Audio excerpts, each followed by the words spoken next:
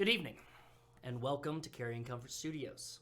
My name is Wes Franks, your MC for tonight, and I'm privileged to present to you Fables, Once, and Future, an Urban Shadows 2nd Edition series. Before we meet our cast, let's go over some announcements. First up, this show is sponsored by Dice Envy and 1985 Games. Be sure to check out the links in the chat and our About section to see what they both have to offer to you in the way of wares, and be sure to use code COMFORT at checkout for 10% off of your order. A special shout out to the patrons and the subscribers to CCS for making this and other shows possible. Without your support, none of this would be happening, and we thank you for it. If you would like to support CCS directly, then please consider signing on to our Patreon. Our cast and I have worked hard to present to you the best possible show that we could. If you would like to compensate us for tonight's show, then please type !Fables in the chat to bring up a link to our Pally page where you can tip us for our hard work. We have a series of goals for the show, and every dollar helps us get closer and closer to them. The artwork that you see in this show was masterfully created by a fantastic artist by the name of Lynn. You can find their work at www.artstation.com/gremlinart, as well as on Twitter at twitter.com/gremlinart. And that is GREMLYNN art. Fables Once and Future is a show with mature themes that include strong language, violence, politically motivated turmoil, sexual content, and more. I and the cast have sat down and discussed our lines and veils before the game in our private session 0, and we have multiple safety tools on hand if the need arises, including utilizing lines and veils, the X card system, we have stoplight system, green, yellow, red, as well as I keep an open door policy in all of my games. 2022 marks the 20th anniversary of the comic book Fables. That is why it was imperative to me to make sure that I treated the source material with the utmost respect. With that comes my job to adapt and make sure that our narrative honors that of Fables, but we must improve on it as well. That is why in this telling of the story, all Mondays and Fables introduced shall be judged by how they act and not how they look, speak, worship, fuck, and present themselves. Our story also deals with fables and folklore that are beyond the Eurocentric focus of the original series.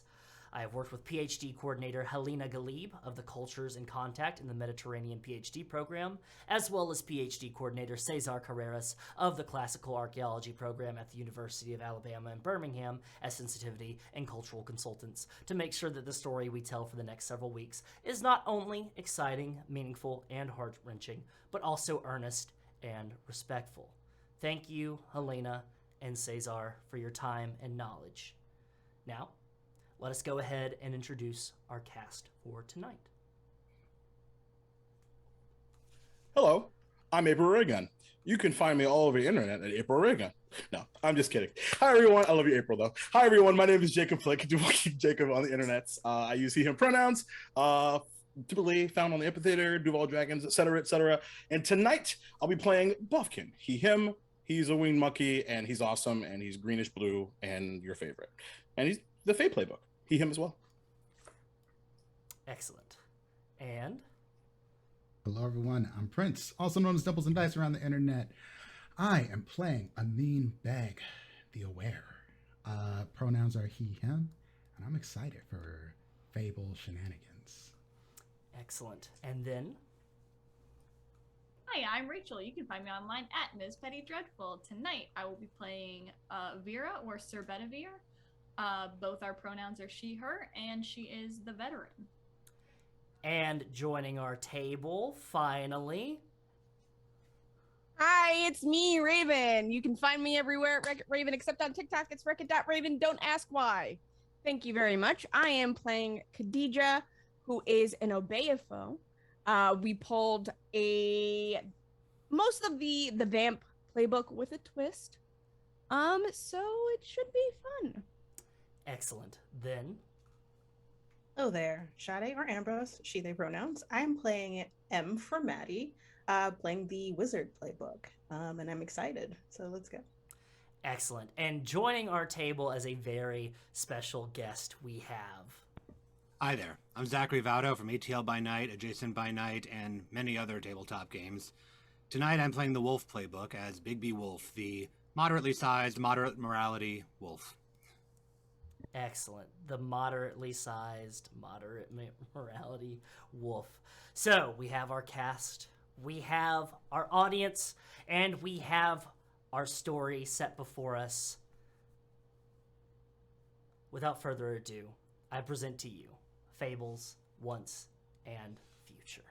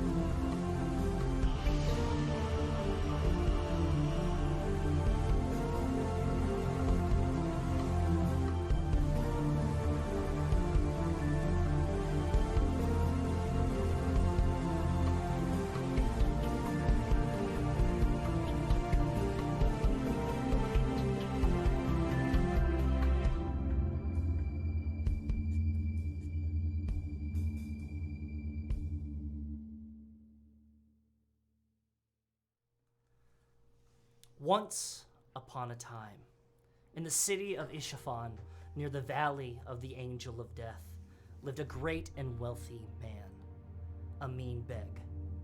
While he was not a man of great strength, he was quite cunning and held great intelligence. Due to his skills, he managed to trick a ghoul and claim the ghoul's great and many riches and grain stores as his own.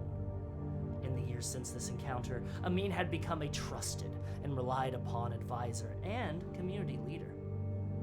Having such skilled people in power was imperative, as more and more lands fell under the influence of the adversary. But due to their strength and intelligence and willpower, the Fables of Arabia and their surrounding lands had managed to fend off his advances.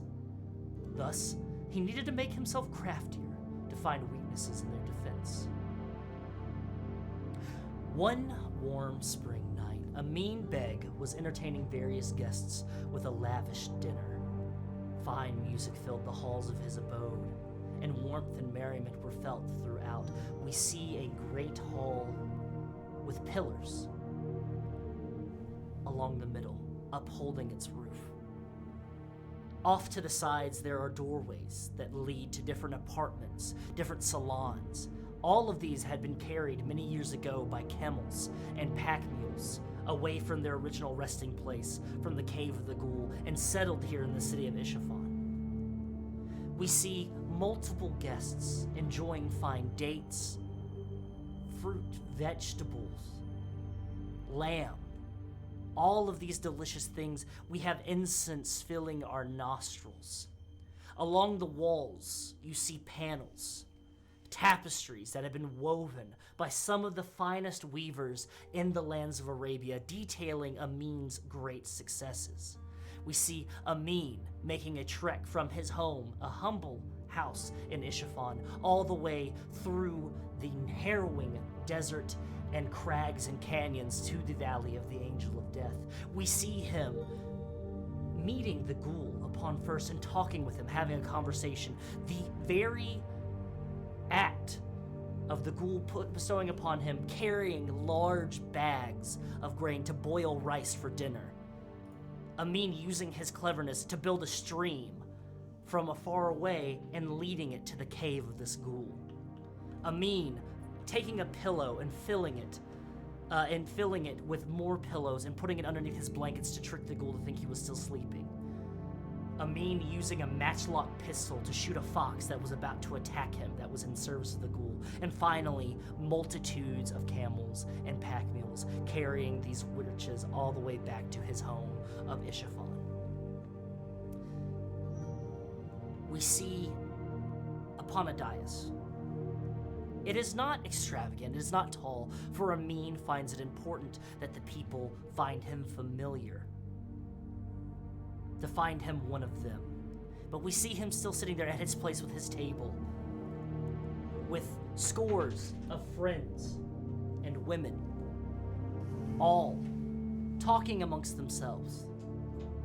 When finally, the doors at the other end of the hall, great wooden doors, carved and inlaid, with not just tales of Amin, but tales of Ishafan, of the people there, of their noble deeds, and the things that they have sacrificed to make sure that their home is safe, and scrawled all upon it, are pushed open by guards. One guard makes his way forward and states, "Our noble and great leader Amin Beg, you have presented before you a guest from far-off lands, a herald of one called the Adversary." He steps aside, and we see a figure, about 5'6", 5'7", wearing a cloak draped across their shoulders. A rich, deep purple turban rests upon their head, connected with another draping cloth to protect them from the sun, though it is odd because it is nighttime. You do not need to protect yourself from the sun. Just keep yourself warm. He walks with a limp.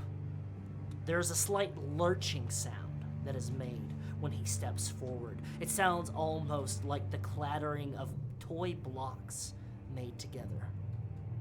There is breathing coming from his chest, a very raspy sort of breathing. As he makes his way forward, the music has stopped. The people are focused on this figure. He makes his way forward, but stops, making himself 10 feet away from the great Amin Beg. Understanding that he is not in his own land, the figure bows politely, moving to one knee, and holds up a hand, showing that there are no weapons, that he does not come in a state of war, but in a state of peace. He then holds up one hand and moves it inside his cloak. The guards clutching their spears and their tower shields. Amin raises his hand. He brings out a box. The box is wooden, a rich mahogany from far-off lands. It is inlaid with gold and silver. And upon it, in the very middle, is what you would call a crest, a sign of Amin's house. Amin, what is the sign of your household?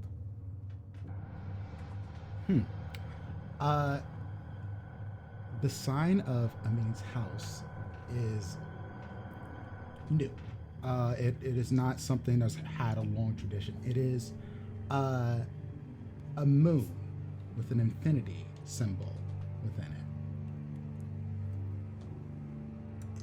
Seeing this, you notice that there is what appears to be a metal shape, a key of some sorts, perhaps, that is in the side.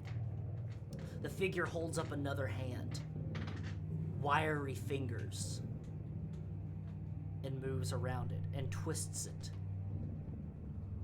5 times. You can hear a whirring inside as he lifts the top, and you see a tableau unfold from it, not too large, almost like a storybook. And within it you see a metal figure, a figurine. It looks to be of a young Amin, moving through different vignettes of your conquests, of the things that you have done, on a track. It seems to be a toy box. He chuckles, some of the other guests chuckle, and he closes it shut and brings it before you, humbled. I take it and I say, "Assalamu alaikum. Please, get this man a chair." Oh Allah, no chair is needed. Comes from the figure that's shadowed, but you can see 2 eyes. They seem human enough. I come to send a message, as well as ask for perhaps your hand in my ward's decision making.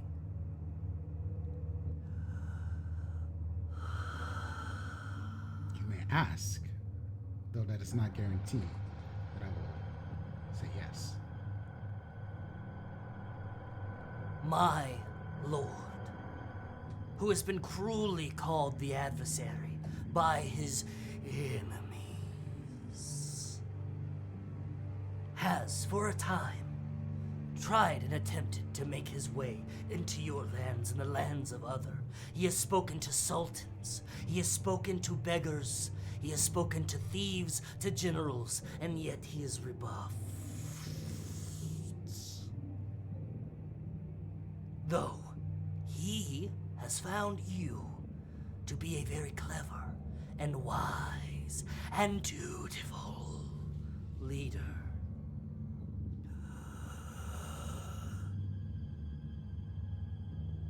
I stand humbled before you, the great Amin Bey, asking not for you to turn over your lands, to drive out your people and put them in service to us, but as a joint effort between the two of us, that your people of fair and noble Ishafan shall join with us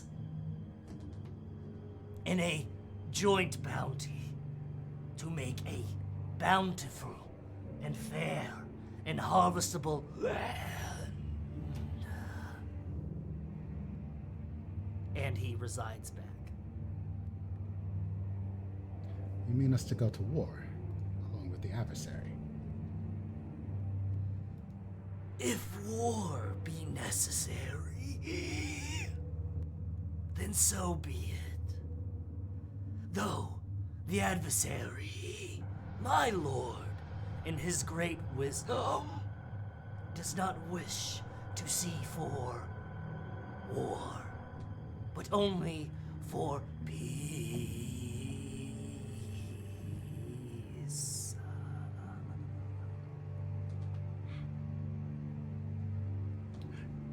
You called me great and wise upon entering into my home, which I appreciate.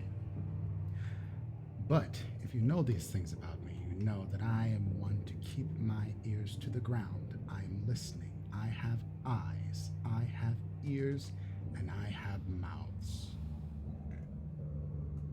To say that you come here under the banner of peace is a patent lie.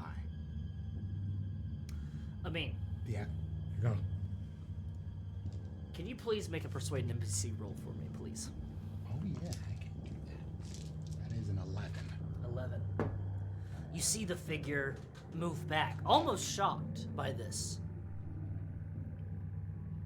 and says,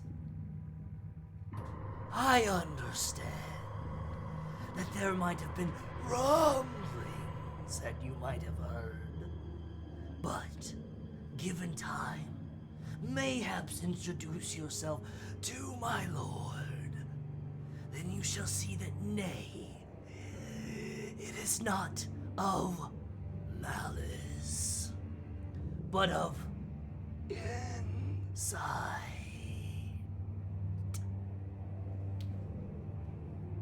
My father once told me that you never trust a man without a beard.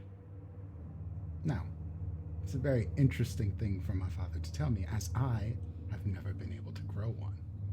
So either I am not to be trusted, or it's not true.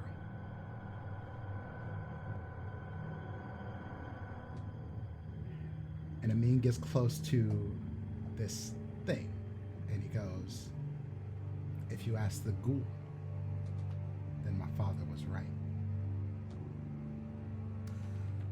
The thing does not back away, but leans in closer to you, and you can smell what seems to be days of travel. You can also smell sandalwood and oil. Almost too much of like a cologne placed upon him, as if to cover up a scent of something underlying somewhere else. And he says, Am I to take your answer back to my lord as nay?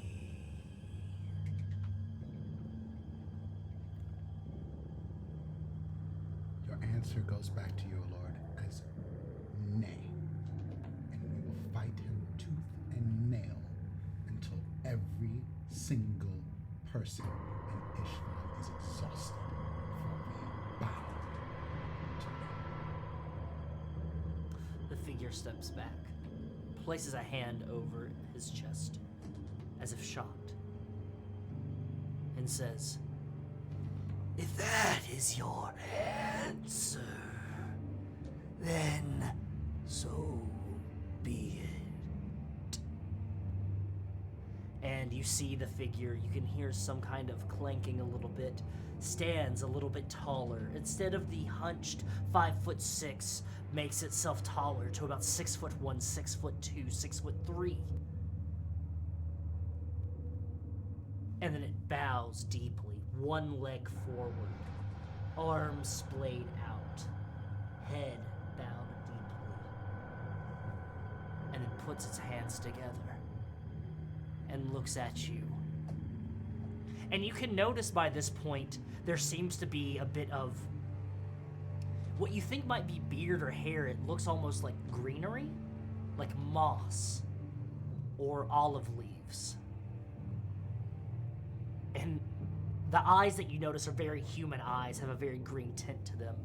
And you hear him say to you, "Amin Beg, 1 year hence." And he turns and makes his way and walks out of the Assalamu alaikum. hall. Bismillah, Amin Beg. Bismillah. And strides out of the hall. The doors close. The screen goes black and we see a title card that says 1 year later. You are celebrating again, Amin Beg. And you are expecting this time. You have made all of the clever calculations that you need to make sure that if the adversary makes his way to your doorstep, to Ishafan, then you shall be prepared. But it is important for the people to have their spirits high, so you allow them. There are bonfires that are made. There is dancing in the street, preparing for what might be battle. But there is never an army within sight of your walls.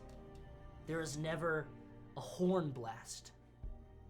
There is never anything that suggests anything otherwise. That night, Amin, you make your way back to your bed. Can you please roll blood for me?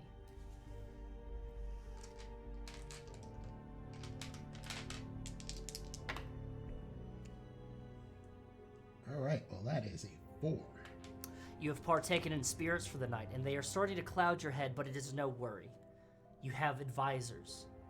The best laid plans have been put into place. You have those that you can trust, and you make your way back to your bed.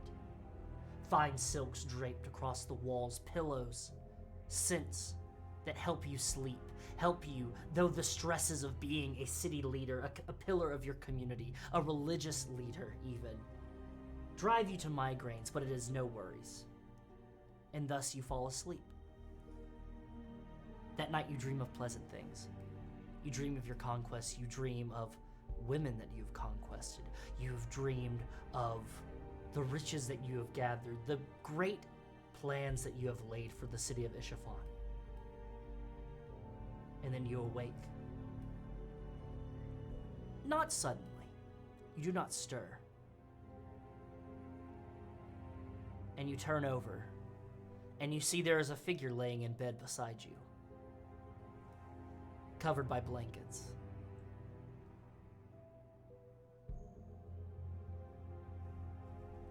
Move the blankets off. I don't know who this is.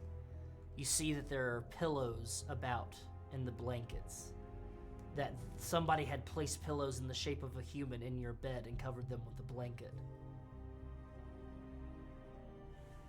And then you smell something. Sandalwood, cologne, an underlying sense of oil? Something to grease metal that rubs together too much. I'm awake. You sit up, and you see over sitting in your salon, enjoying a hookah, is you. But it is not you. It is you completely naked. It stands up, and you can tell at the joints of your elbows, your wrists, the fingers, the knees, the ankles, the neck, the torso. There are no genitals. There's no defining features that say that this is a mean beg. If there are, they have been painted on. The face, though, is finely crafted to look just like you. Your hair, your mustache, things of that nature are gathered upon you, and you are looking into a mirror, but a wooden toy mirror. It stands and it strides towards you and stands at the foot of your bed looking directly at you. Do you say anything? What are you? What are you?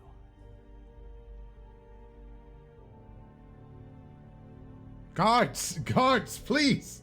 Guards! Guards, please! And then it smiles and looks at you. And it says, in a different voice, "Ah, that's how you sound." And then it says, "Guards!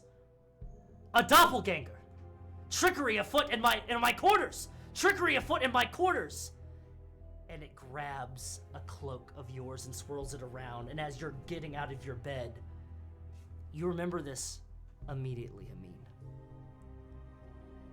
The moment sticks to your mind when you had to assess the situation as you try to fight back this doppelganger against you, but you are not strong enough. Amin Beg is clever, Amin Beg is intelligent, but Amin Beg is not a man of strength. I wouldn't fight, actually. I would leave. Out the window, down a parapet, to the sands of Ishafan, you've gathered things that you need. You have been here before, though, Amin. This is nothing new to you. You know what it's like to survive without excess, and you make your way lying, cheating, stealing, whatever means that you can, helping, crafting, to make your way to a far-off land, a place that you've only heard about in stories that were told before when heralds came from other lands asking for your help and letting you know that they are making their ways away from their homelands. To a town, a city, a place called New York City, a place called Fabletown. And as we see Amin Beg striding across a desert, joined by a caravan of other people that are making their ways, those that are deciding that it is taking too much time, that they are concerned, we see Amin's eyes, steel determination.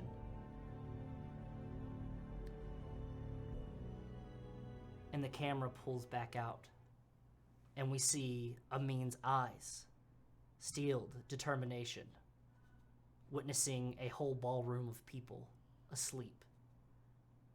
But the camera pulls all the way back past Big B Wolf, past Buffkin, who is floating into the room, out the window, down the building, to the city streets of Fabletown. We make our way to an apartment building. A sign on the door says, "Single unit, 1 bedroom, 1 bath, for lease." There's a phone number on it, and there has been a cleverly drawn genitalia, mostly anatomically correct, on the sign as well.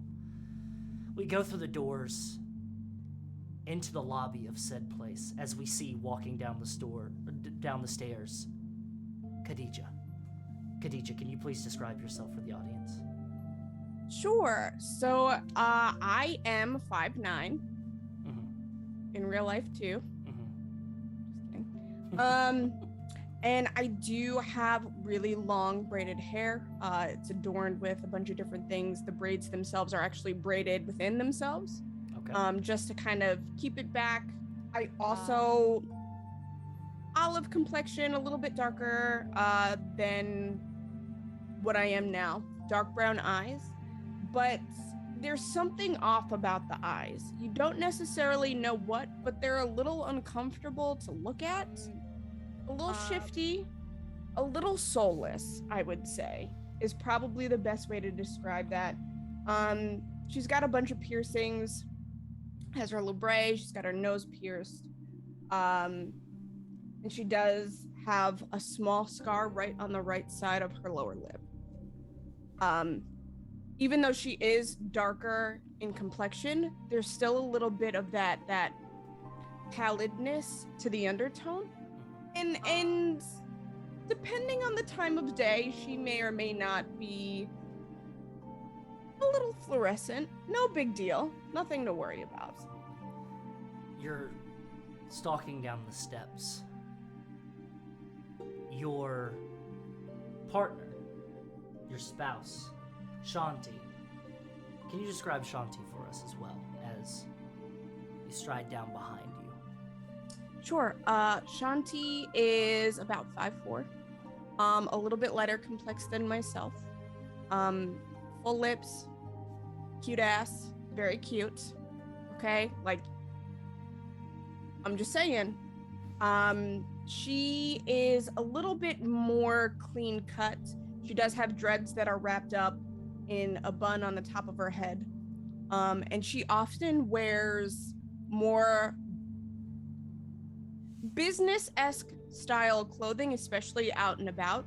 She is a mogul of sorts, right?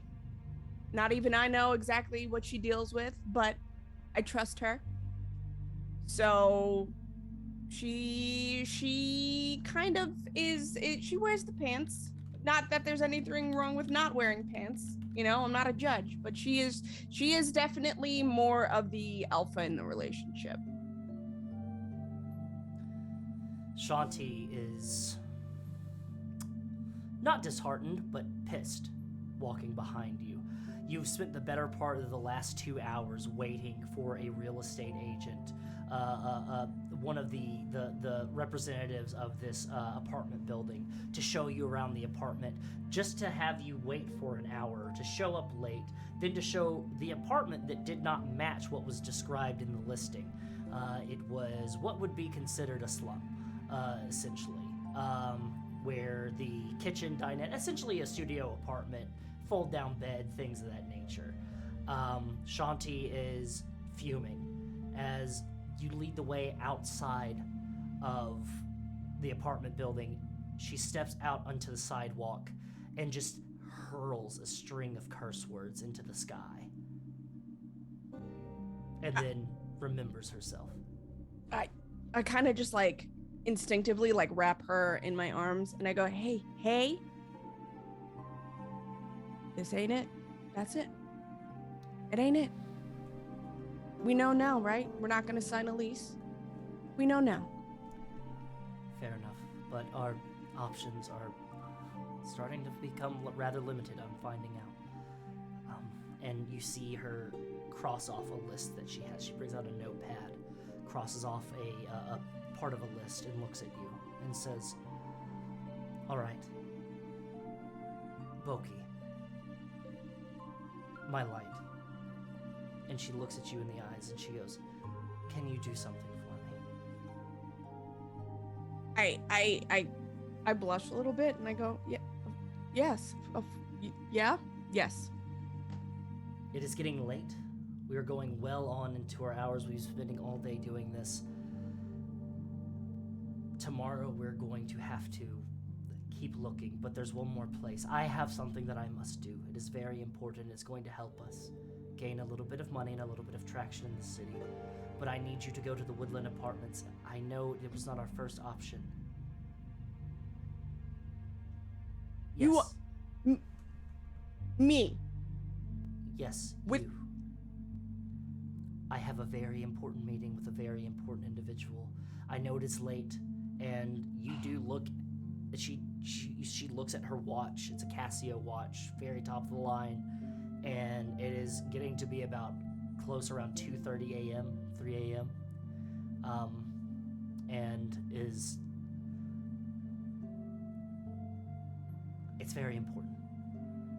And I would not ask you to do this alone if it was not important. You know that, Boki. Okay, alright. Alright, I'll go. You Be safe, please. I will. When you get there, there will probably be a doorman. Ask for a Snow White. And she smiles at the name slightly.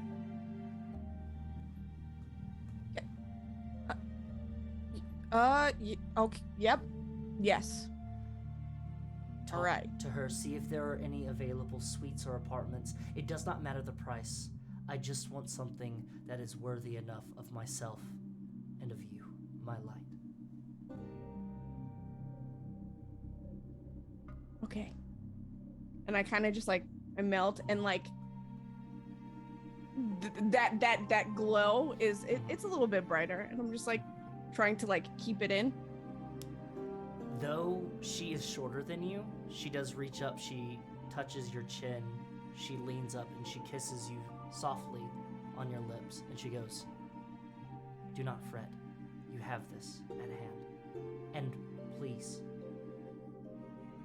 try not to hurt anyone on your way there. I know how you get." I will promise you the world, but I will not promise you that. At least try. As long as nobody looks at me funny, we're good. Perfect. And she says, "That's all I ask." And she takes your hands and she grasps them tight. And she passes alongside you and she heads down the street looking for a taxi. I let the eyes linger. Damn. And then I kind of am just like, you owe me. And I turn around and I just start walking. Fuck. You make your way down the street towards what you think might be the Woodland Apartments. You know it is on the corner of what might be, as you're looking at the directions that she gave you, might be definitely Kipling Street and Bullfinch Street. You are making your way down the street, and you're passing by different businesses. Most of them are closed. It's late at night. You do pass by a nightclub that is called The Burrow, where you see there are scores of people walking out. It seems that they are closing for the evening. There are people complaining. It is Remembrance Day for a lot of the Fables, not of you or Shanti, because you and Shanti stayed in your lands far longer than these of the homelands, these people. You make your way further, closer, and you pass by a club that's called the Pudding and Pie. It has a red velvet ropes. You see there is a blonde-headed gentleman standing at the door that is letting people in. At the same time, there is a gentleman wearing jeans, suspenders, a tank top, has tattoos that seem to be various different fruits on his arms, has a Union Jack flag on his left arm, and has a chess piece that says "Kiss the Girl" across it. He's wearing a bowler cap tilted forwards. He has a cigarette in the corner of his mouth, and he's looking at this blonde gentleman berating him, and he goes, "Do you not understand the words that I'm saying to you, bloke? All right, I have to let you know. Are you completely dense?" And you see the tall, this man is short and skinny, talking to what has to be 6'5", very built blonde gentleman that is wearing what would be best appeared as casual wear for a Chippendales dancer. It is a white fishnet shirt, leather pants, boots, and he just looks and he goes, "Well, look, George, I'm really sorry. I'm trying my best. I didn't want to tell them anything." And he goes, "Does the words discretion not mean anything to you? Are you is there nothing there but a pail of water up in your completely dense skull?" And he flicks him in his forehead, and you can see him kind of flinch at it. But he doesn't act out. He doesn't reply or anything. He just sits there and takes it. And he goes, "Fix it, make it right, or I'm going to have your guts for garters. You understand that?" And he turns, and he looks like he's about to make his way down the alley, and then he sees you, and he squints. And he takes a drag off of his cigarette, and he goes, Well, hello there, love.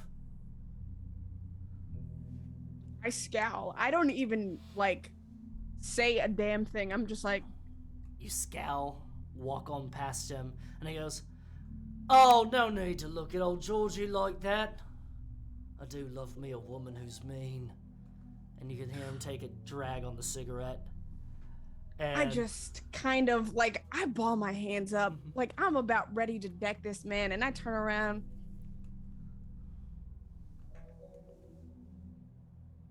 You're lucky my wife told me not to fuck around because you was about to find out. And I turn back around and I just start walking. And you just hear a light chuckle come from him, a flick of a cigarette, and he goes, "If you and your wife are ever looking for work, love, come on down to the Puddin' and Pie. We can get you set up squared right away. Hans, stop mucking about." Really? Really, Shanti? This is what you wanted me to do? And I just, like, keep walking. Keep powering through. Keep powering God. through. Can you go ahead and, since you heard his name and you've kind of gotten a full kind of look at him, can you go ahead and give me put a name to a face? So you're going to roll your dice and you're going to use your circle rating, which for you is it is the knight, so you have a 1. So it's 2d6, right? Yes, 2d6. And tell me the total. That is an 8. An 8. Perfect. Okay. Thank you. What you have here, you have not dealt with this person before, but just with your conversations with Shanti in the recent kind of past days, as you've been getting your bearings and getting to know the area, you know just by reputation, by tattoos, and by how he conducts himself. This is Georgie Porgy of the Puddin' and Pie. He is the owner of the Puddin' and Pie, which is a gentleman's club, a strip club. It is basically a front for a brothel in seemingly ways. It has a lot of connections, but for some reason he's a all in all dirtbag, just an irredeemable piece of shit. But for some reason, not a lot of people know, but for some reason, nobody's taken him out yet. Nobody has done anything to him. Nobody has lifted a finger against him. So he must know somebody powerful. Somebody. But you go ahead, you steal your jaw, and you make your way to the Woodland Apartments. Doesn't take too long, and the camera follows along Khadija, and we come back to the Woodland Apartments, up the steps, all the way to the penthouse suite, where we see Buffkin has settled within the ballroom of Sleeping Fables. Bigby Wolf is standing there, cigarette in hand, has just uttered the words, "Buffkin, we're in a load of fucking shit." And we see, standing behind, Amin, Vera, and M. Just for continuity's sake, I know Beauty is here somewhere. Did we run into Beauty at all or no? Beauty is standing out in the halls. She is sobbing, and she is trying to use Yeah, an cell phone. I'm retired, but I'm a knight, and I got a hanky for a woman crying. Perfect. Absolutely, I do. Perfect. You make your way up to Beauty. Just to describe Beauty, Beauty is she's petite, 5'3", 5'2", a blonde-haired woman. She's athletically built, very trendy. For Remembrance Day, she is wearing a sequined gown. It is a low back, kind of a droop back that is gathered towards the bottom, but has it has a collared neckline, so it goes all the way up the front. It is sleeveless, looks very elegant, looks very, very well made. She is not wearing her heels anymore. You can see she has kicked them off into the corner by a table leading to the penthouse, and you can see that there is the ballroom penthouse kind of area. Her makeup, which was once looking glorious, now looks like a sorority girl in a bathroom crying about her ex-boyfriend. It is smudged, it is dripping, but you make your way up to her, and she is looking over her phone, and she goes, hey, okay, and looking at a scrap of Hey, paper. love, hey, and I like put the phone down and go to like just fix her makeup, or like just go to start wiping it. Hey, what's happened?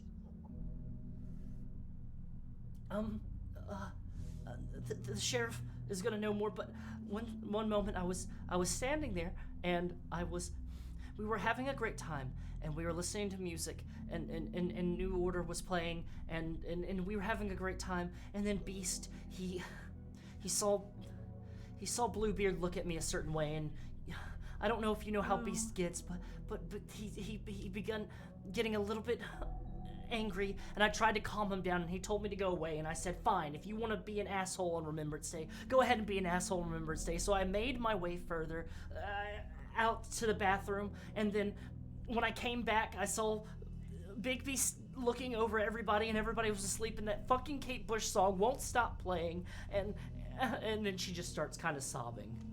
Yeah, I get the hey, have you taken a second here? And I'm assuming there's still like a bar, even if the bartender is asleep. So if you will walk, because she's standing in the foyer, if you walk into the ballroom, Bigby, I'm not even gonna make you roll for it. You smell somebody new entering the room as you start making your way to the bar, where you do see somebody is asleep, face down on the bar, just snoring. Yeah, I'm gonna fully just like pour a glass of water to like. I'm assuming she's been in crisis mode this whole time, and like, you know, you're crying a lot. You need to hydrate. You need to take a break. You need to stop crying, so you can process. So yeah, I'm fully just getting like pouring water, and no tea back here, but this will do. And honestly, she pours one for Bigby and also herself. Hello, Mr. Bigby. Can't believe they're seeing you here. This is a strange situation, coincidence for us to find each other here. So we're in the shit? Deep shit, Buffkin. Okay, how can I help? I'm still trying to sort that out myself. I've got Beauty calling the other bars to see if anybody else decided to be narcoleptic tonight, and I'm trying to sort this out right now. Because this is unlike anything I've seen. You hear from the foyer leading into the ballroom, I called the borough, and they said that everything's fine. I called the Trip Trap, and Holly says that everything's fine, and I tried to call the Puddin' and Pie, and Hans was really sweet, but he said that it's just kind of really busy right now, but there's no one. I just like get her into like a seat inside the water, and I'm just doing like small circles on the back, like, hey, you're gonna be all right. You did the right thing. You got hold of everyone. That was really good. You're doing everything you can. Go ahead and roll for me. Heart. This is gonna be like a persuade an NPC type of thing. You're essentially helping her keep her cool. Great. Okay, I get +2 to this. No. You got a 2? +2. So 4? that's 4. Yeah, but I just rolled 2 once again.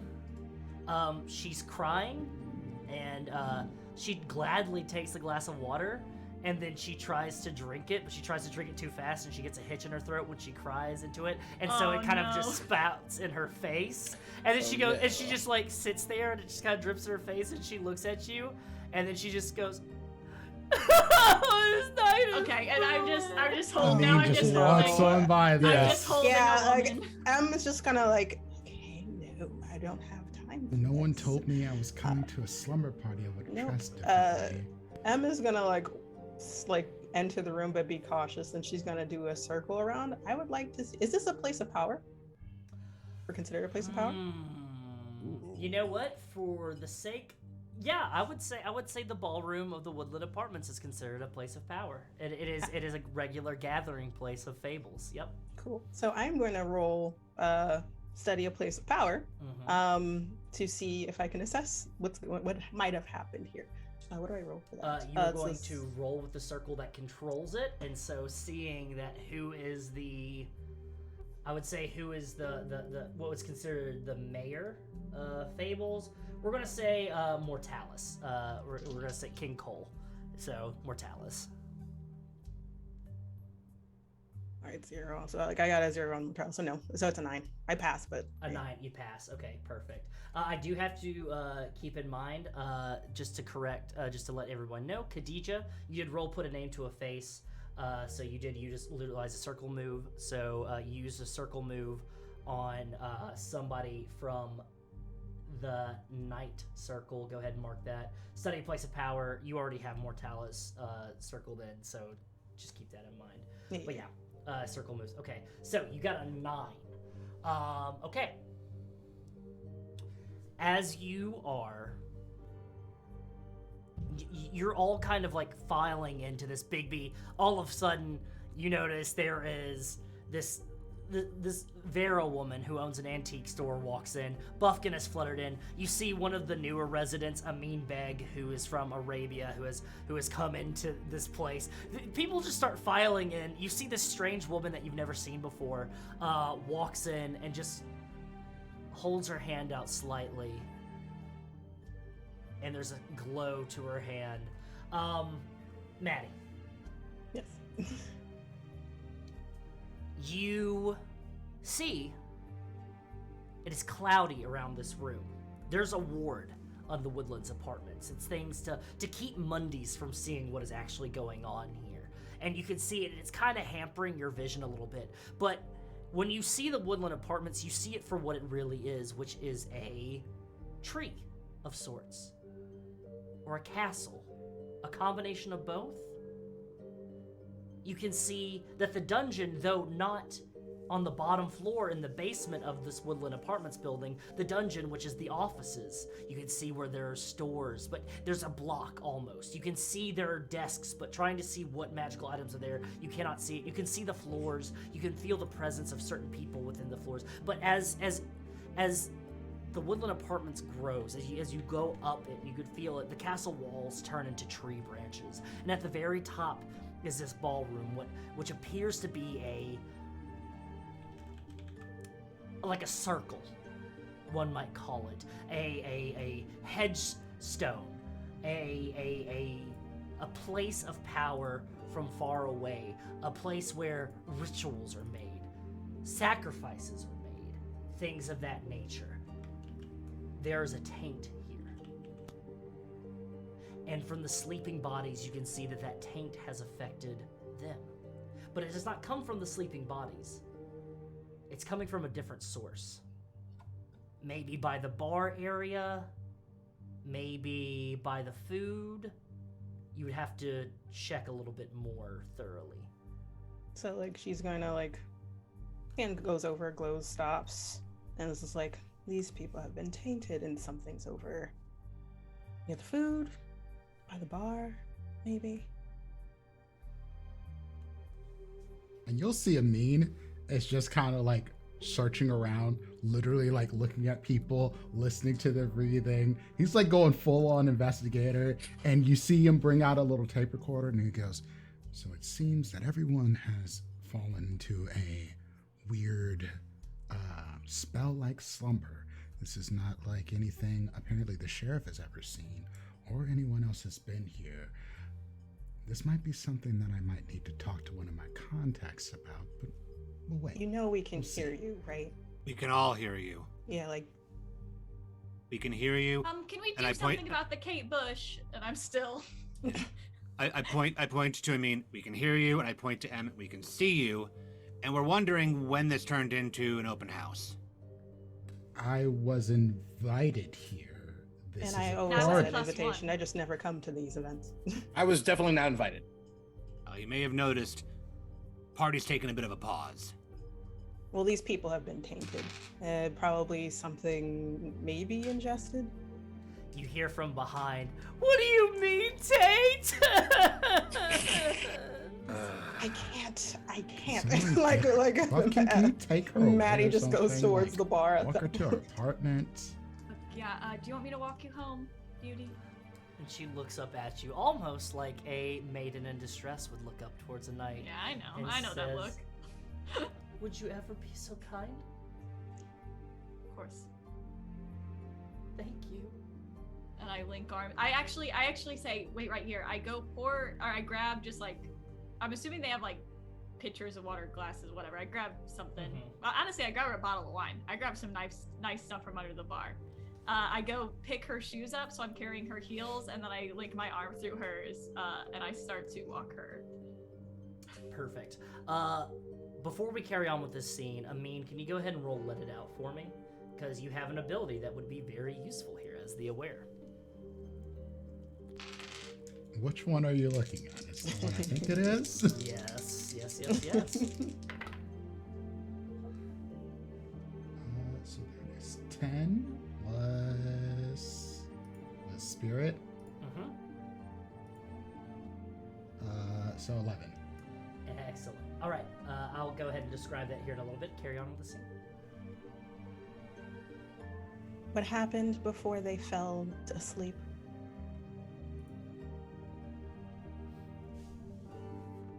Everybody was having a party. The usual. I went out on the balcony for a smoke. I turn around. Everybody decided to take a nap on the floor. That's about where we got. I've been looking around. Buffkin here came in, just started talking to him, and the entire cavalry just showed up. Well, to be fair, we were together. We all came at the same time. Did you eat or drink anything? Not really my thing. Maddie's gonna like put her hands behind her back and then like stroll over to the area where she thinks it might be coming from. I'll follow in.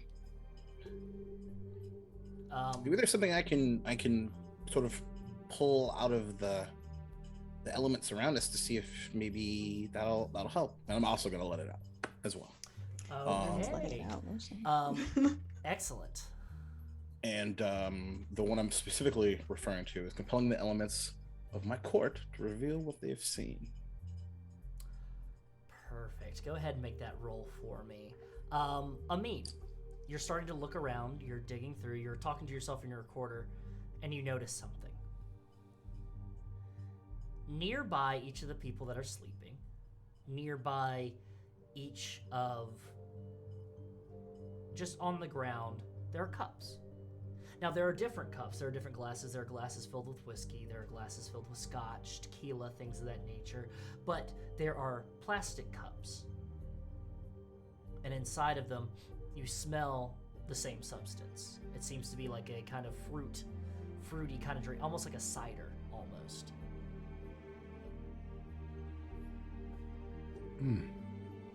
Buffkin, what did you get on your roll? No joke, double sixes. Fantastic. So that's what brings us to a 13.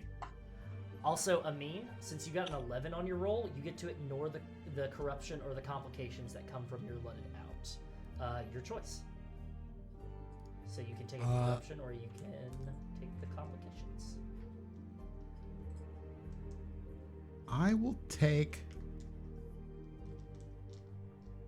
the complications. You will take the complications. Yeah, All because right. I think as this story goes, corruption's going to go up for Amin. Okay.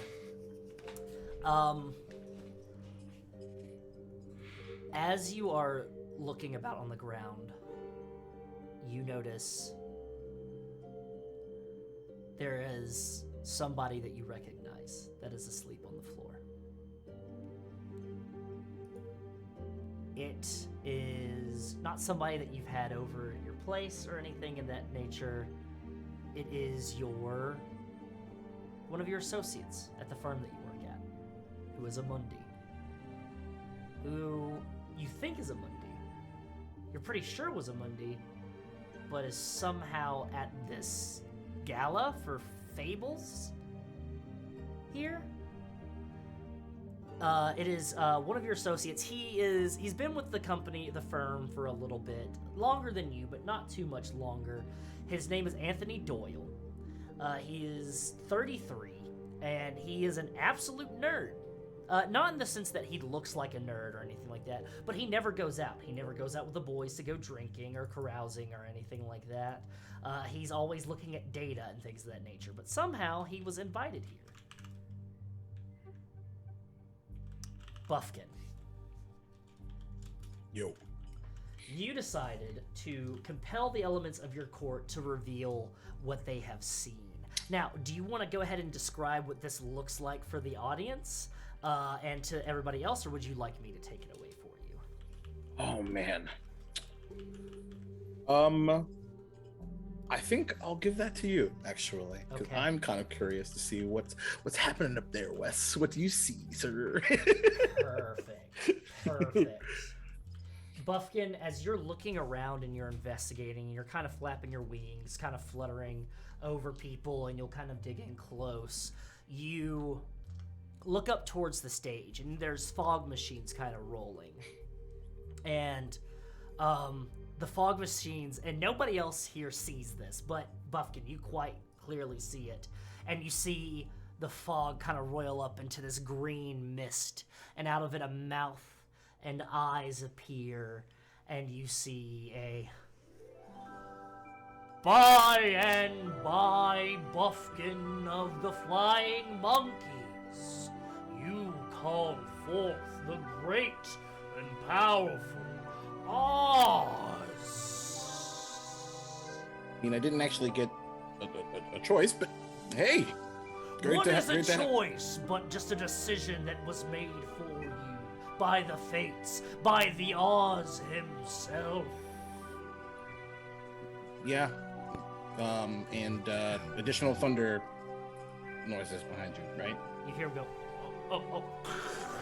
There we go. Oh, Okay, there it goes, okay. there it goes. Just wanted to help you help yourself, right? Sure. We all see this? Like this No. is Oh, No. You do see Buffkin like kind of flutter and go, huh, Right. and like turn his head towards the stage, and the Right. Kate Bush is still playing, and then, but you see him just staring Right. at just like glass-eyed staring at the stage. Right. Amazing. Yep. That's what I wanted. Totally. Okay, look. I didn't give monkey cocaine, I promise. Or quinine. Like he fucking needs it. Anyway. Okay, so something weird's happening here, and just wanted to get a little bit of insight from your perspective on sort of maybe putting some of the puzzle pieces together for me. You see the eyes go wide. A puzzle, an enigma, a riddle. For the great and powerful Oz, nothing too great, nothing too complex. Let me see. And you see your cranks turning and wheels going. You're kind of used to this, Buffkin, by this point. 100%. And I feel like you all just see him like begin to sort of like, instead of pacing, he's just like on the, obviously because he's not walking, he's just floating in the air. It's just like a hop of like doom doom doom doom doom doom. There's a piano. Doom doom doom. Anyway. Yeah. us channeling. And then the Oz goes, a shroud, a lullaby, placed upon this room.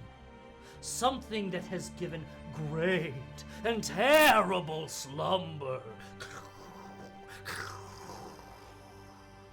But not from this land of New York City. Oh, I have never heard of New York City before. No. Where did you pick up the city from? I see everything. Okay, there we go. All right. Just helping you with the cover story. You know how it is. Yes. But from a woad far beyond, behind a veil, a princess, something that mimics the gas of your former leader, your form, that vile, wicked witch of the West. Something that she has utilized before, but different. Same, but different. You know she stole my monarch, right?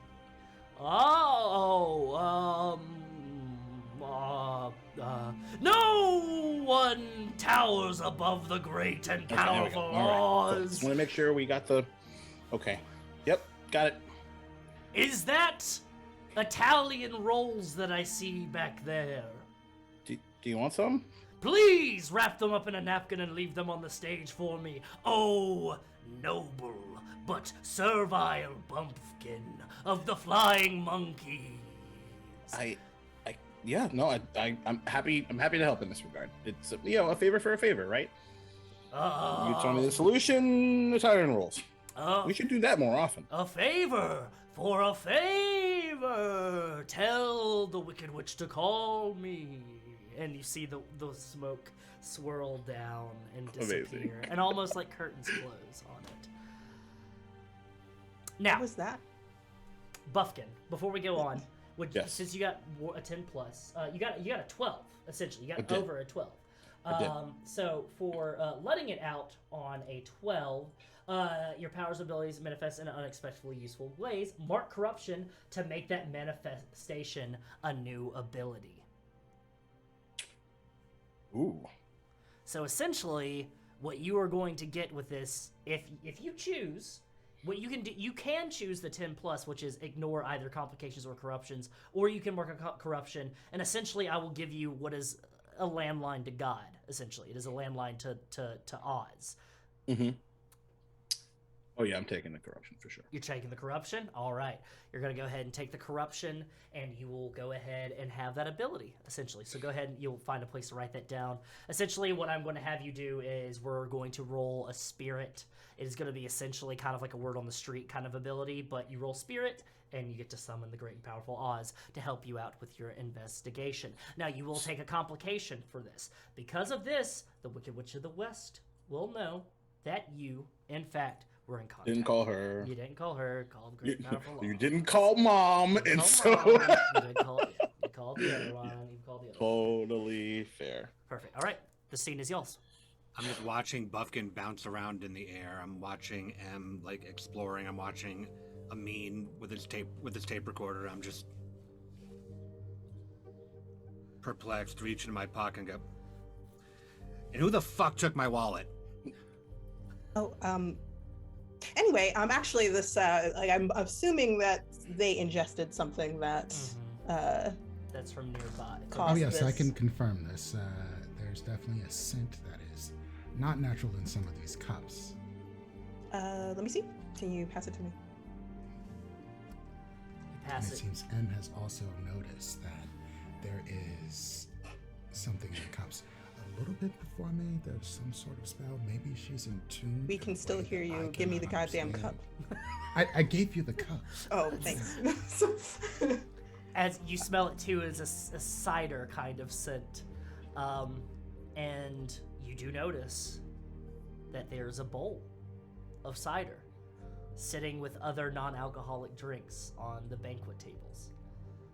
Can I going up to the bowl with where the cider is? Can I do I have to let it out to figure out what this might be, or can I figure out that this is connected to something that I might have? I'm gonna go ahead and say because you've already, utilized, let it out, and everything, and as well as on top of a mean, everybody's hitting off their moves, everything, y'all are rolling pretty well. Go ahead. That is a connection. That is the side. It seems to be that is the source of the taint. It is a liquid. It is a punch.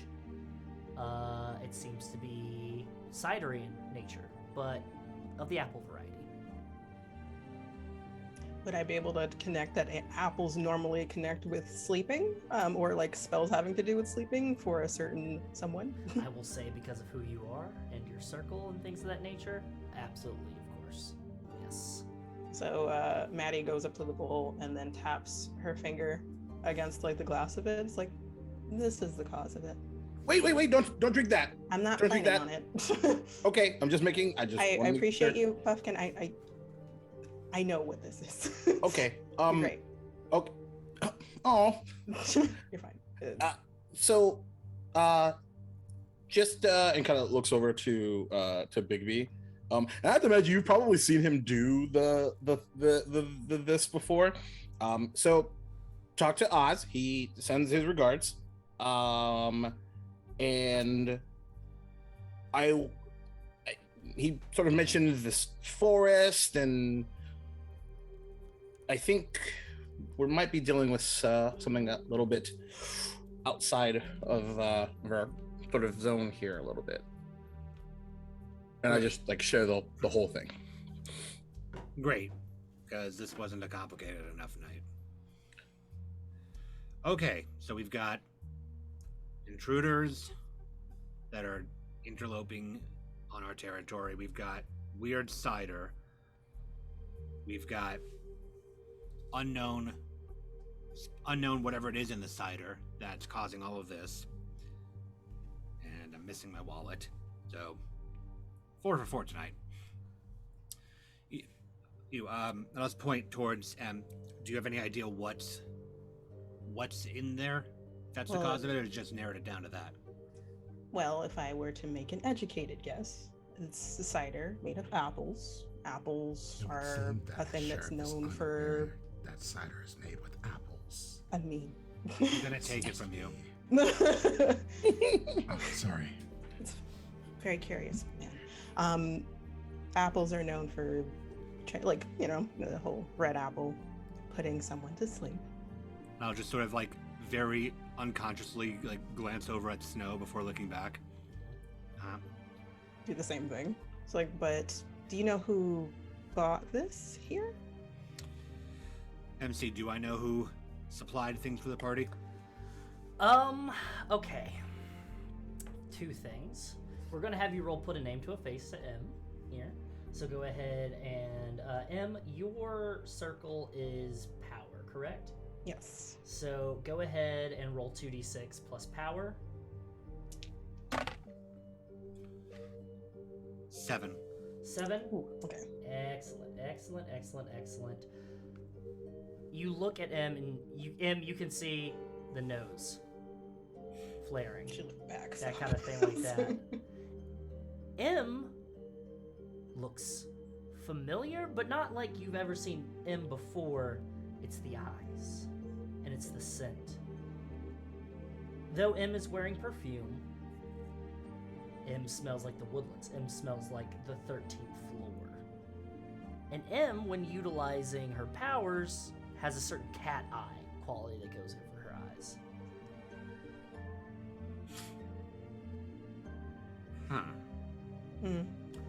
Now next, go ahead and we'll see how much you're involved with the whole planning of this. Go ahead and roll me a... This is going to be another mind roll. It's going to be essentially a figure someone out roll, but it's going to be... You're going to roll 2d6 plus mind. 9. 9. Bigby, you tried to help. You have your way of going about things. You try to make yourself available. You try to help. And typically, somebody will go, no. You handle security. This is what you do. You're the sheriff. Let us handle the business operations. Typically, this is somebody like Crane. It's sometimes Snow. You barely see Old King Cole.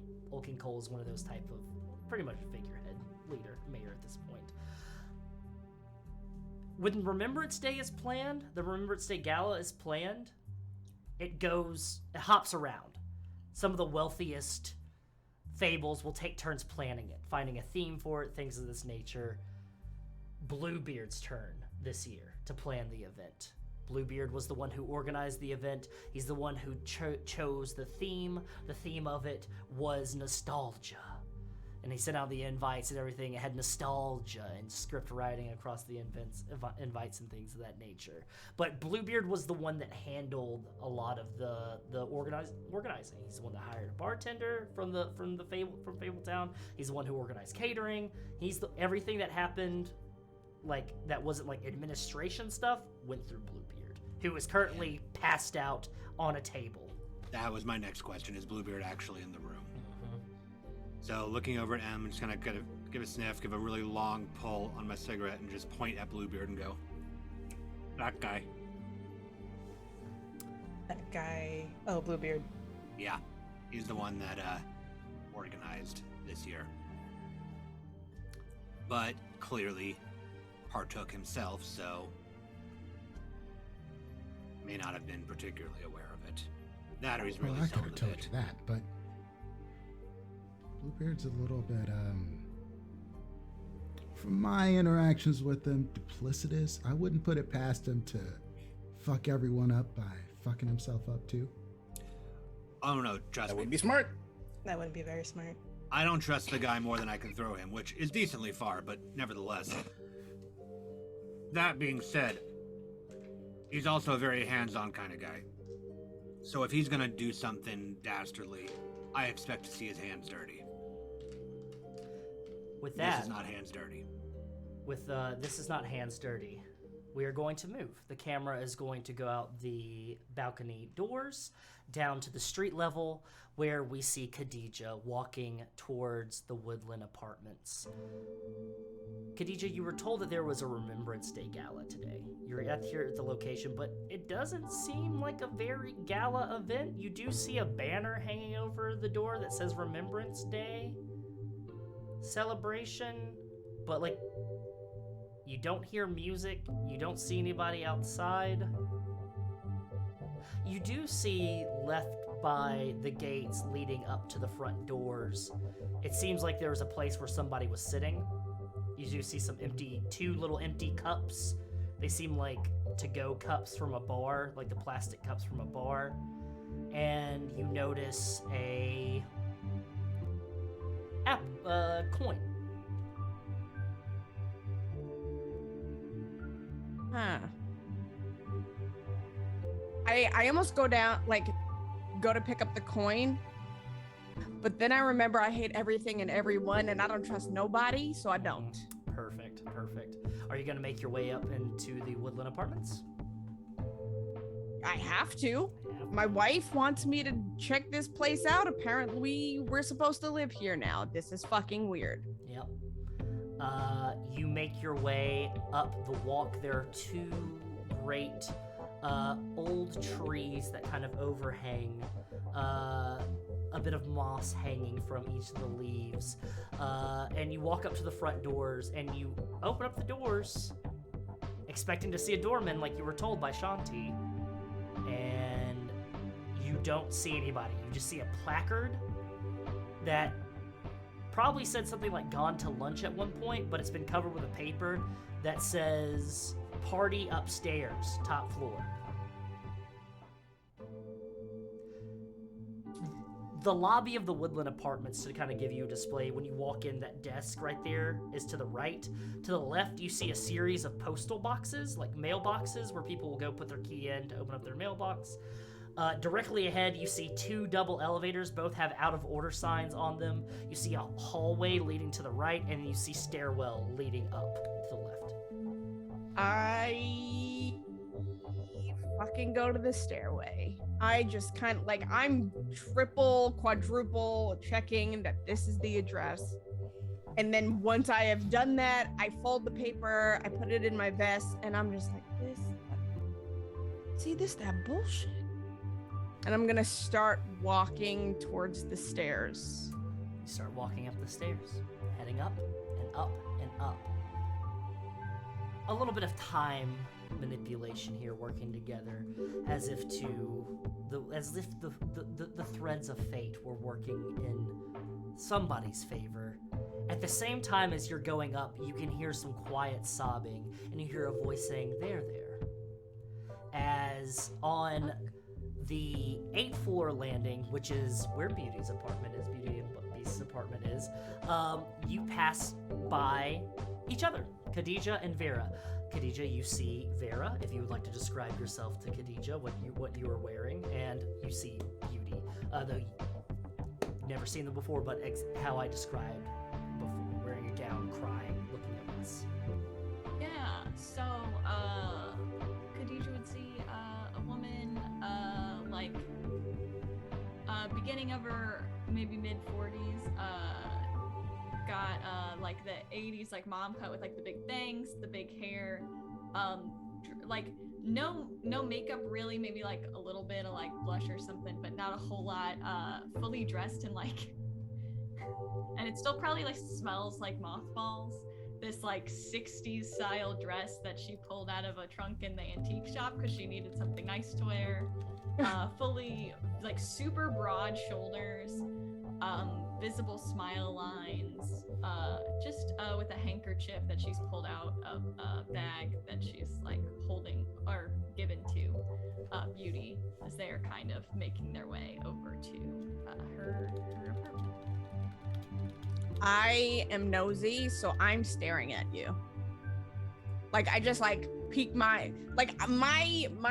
body is outside of the door, but like my whole ass head is in that door frame. Like, oh, can I help you? Or you look 1 second, love, and I'll like leave her with the tissue and the bottle of wine, which I'm presuming Beauty's probably just drinking straight from the bottle. And Hey. I'll kind of walk up. Hi, You- can I help you with anything? do you work here? No, I don't. Are you lost? You see, funny story. My partner All right. told me to come here because we're looking for a place. So you're specifically hold on. Give me 1 second, and I'll just like give a little pat on the back, and I'll get up and I'll go and like have this conversation away from the sobbing woman. Yeah. So you're renting out at the Woodlands specifically.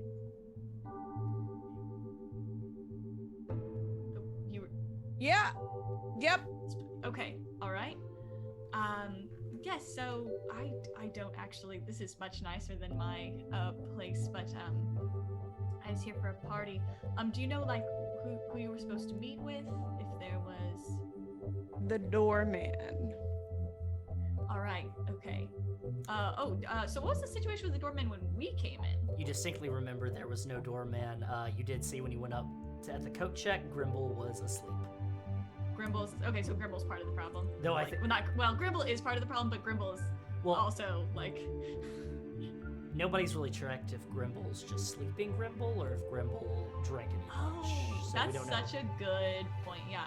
Yeah. Let me go see if I can wake Grimble up and see if we can get some help with that. I'm Vera, by the way. Bedivere, but most people call me Vera. I kind of just do like a little fist bump. Okay. Yeah. I'll do that. Khadija, nice to meet you. Nice to meet you as well.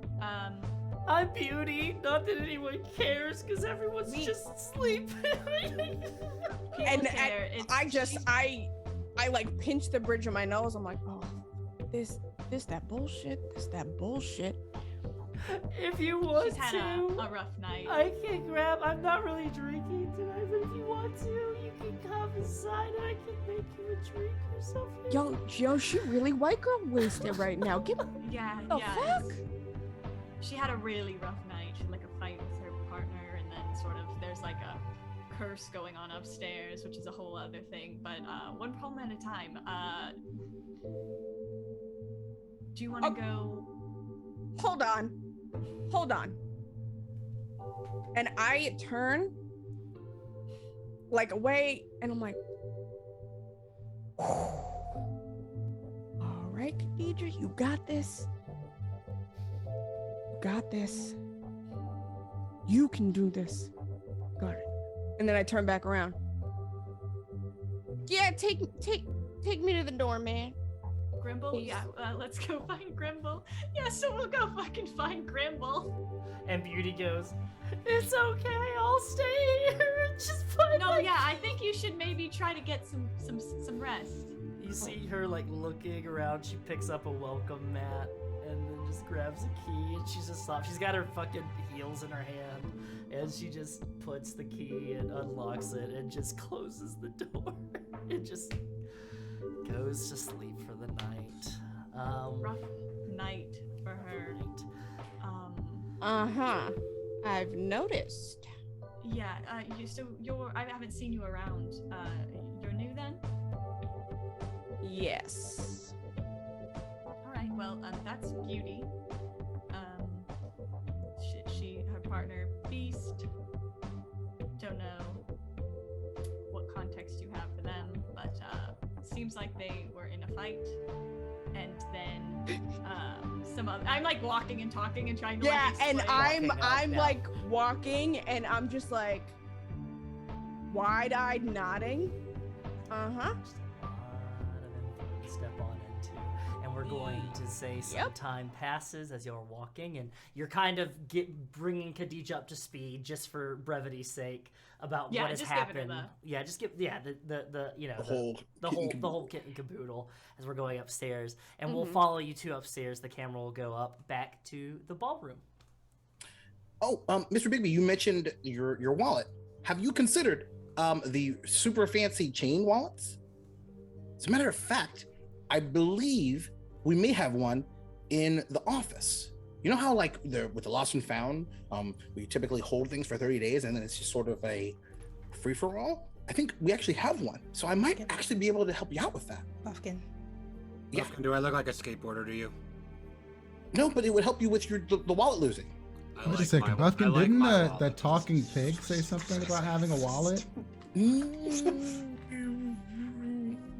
What? No, you, stop, you. And I just point at, say that one more time.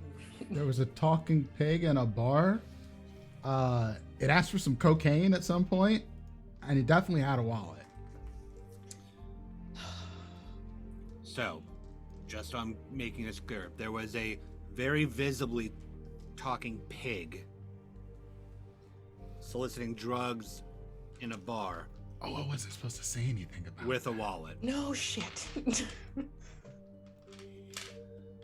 Forget I said anything about this. Probably not Sheriff. going to. Cool. Probably gonna finish. What if? Bear with me, Sheriff. What if I gave you $1,000 to forget about this?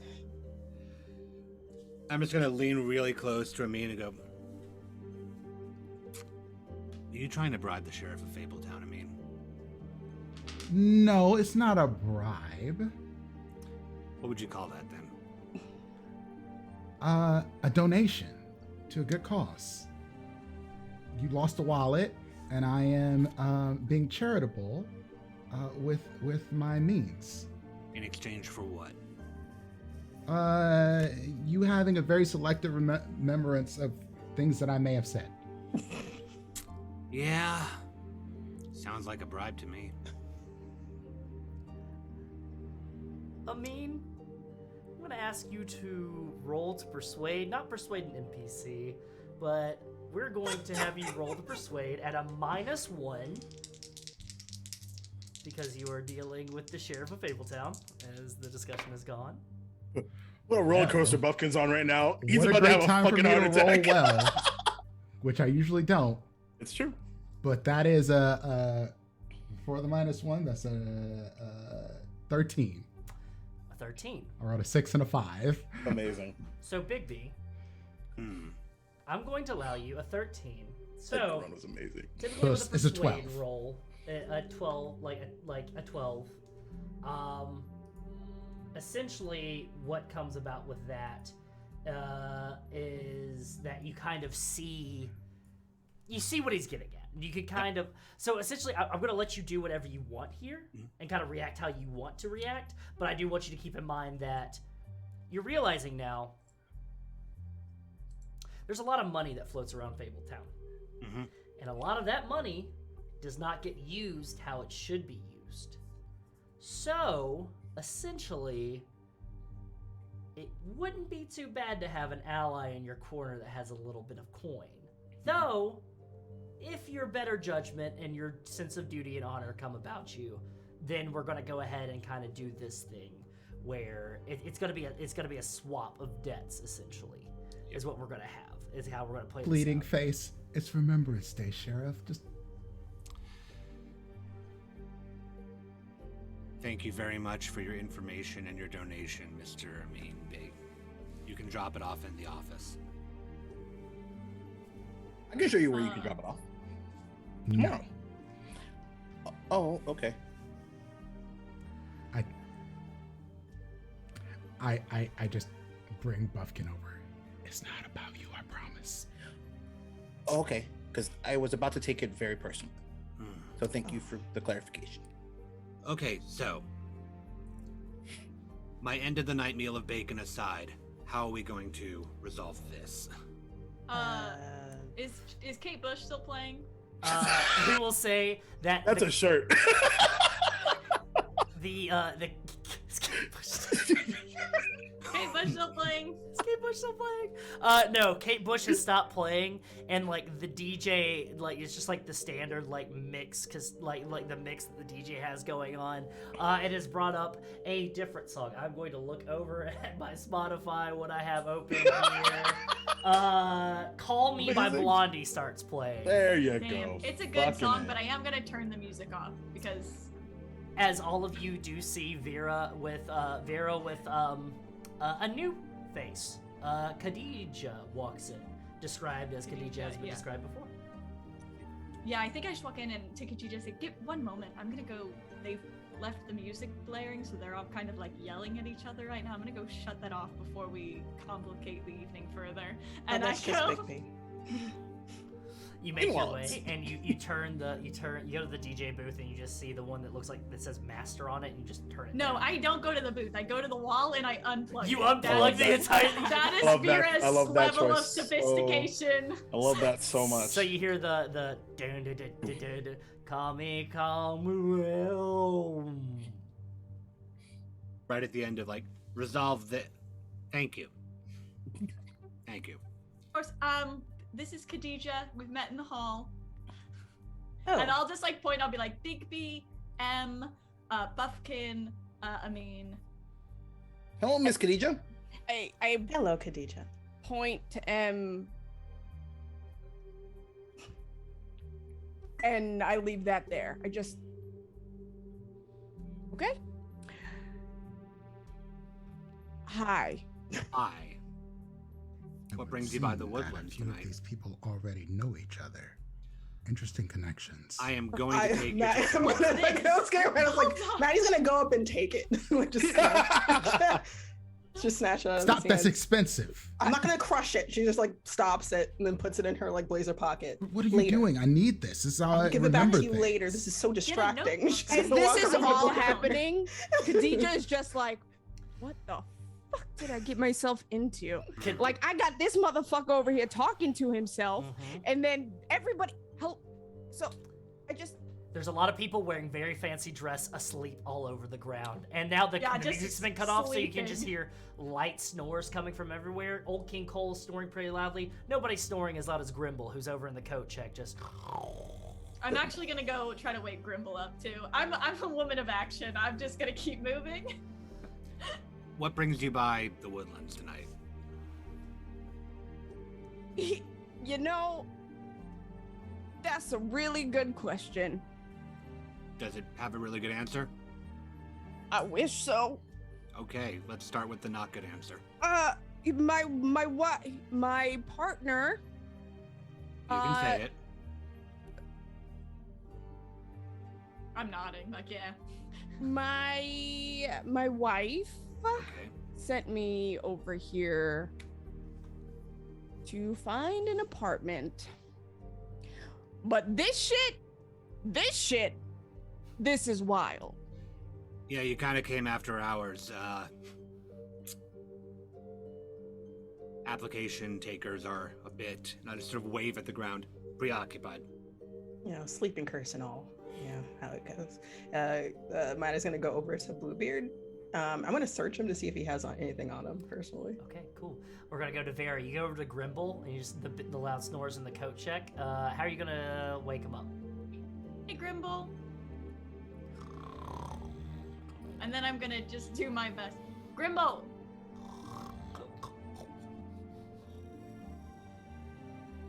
And Vera, then I Vera, give him like a Vera. little pat.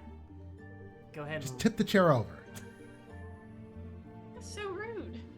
you give him a little pat, and he pats your hand as well. Almost like sleepily, just like pats your hand.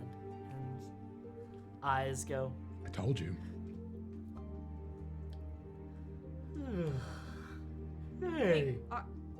So are you sleeping on the job? Um.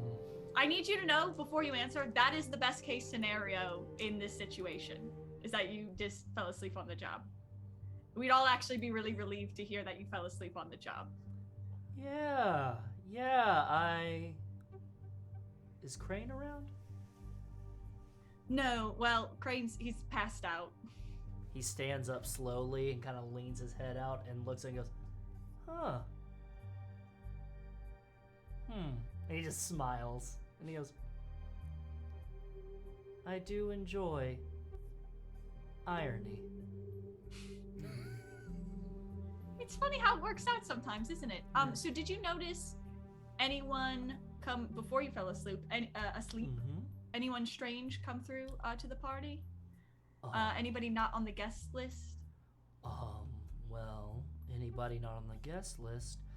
No, I took invitations, took +1s.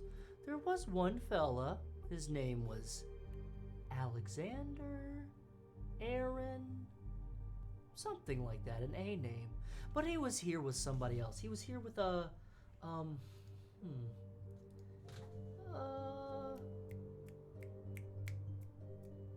Could you point them out on the floor, actually?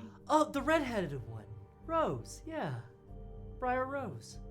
Yeah, can you point him out on the floor of people who are sleeping there? It's that normal guy over there. And points over to Amin, pointing to Anthony Doyle, your associate at the firm. Yeah, he was there with Briar Rose. She said something that she had a hot date tonight, and I looked at him and I was like, if that's a hot date for Rose Red, then I don't want to be Jack. And then yeah, I kind of signed off. Oh, did Jack actually? This is good, and I'm sure Bigby's already checked for this. But has Jack been by at all? Grimble? No, hasn't shown up all night.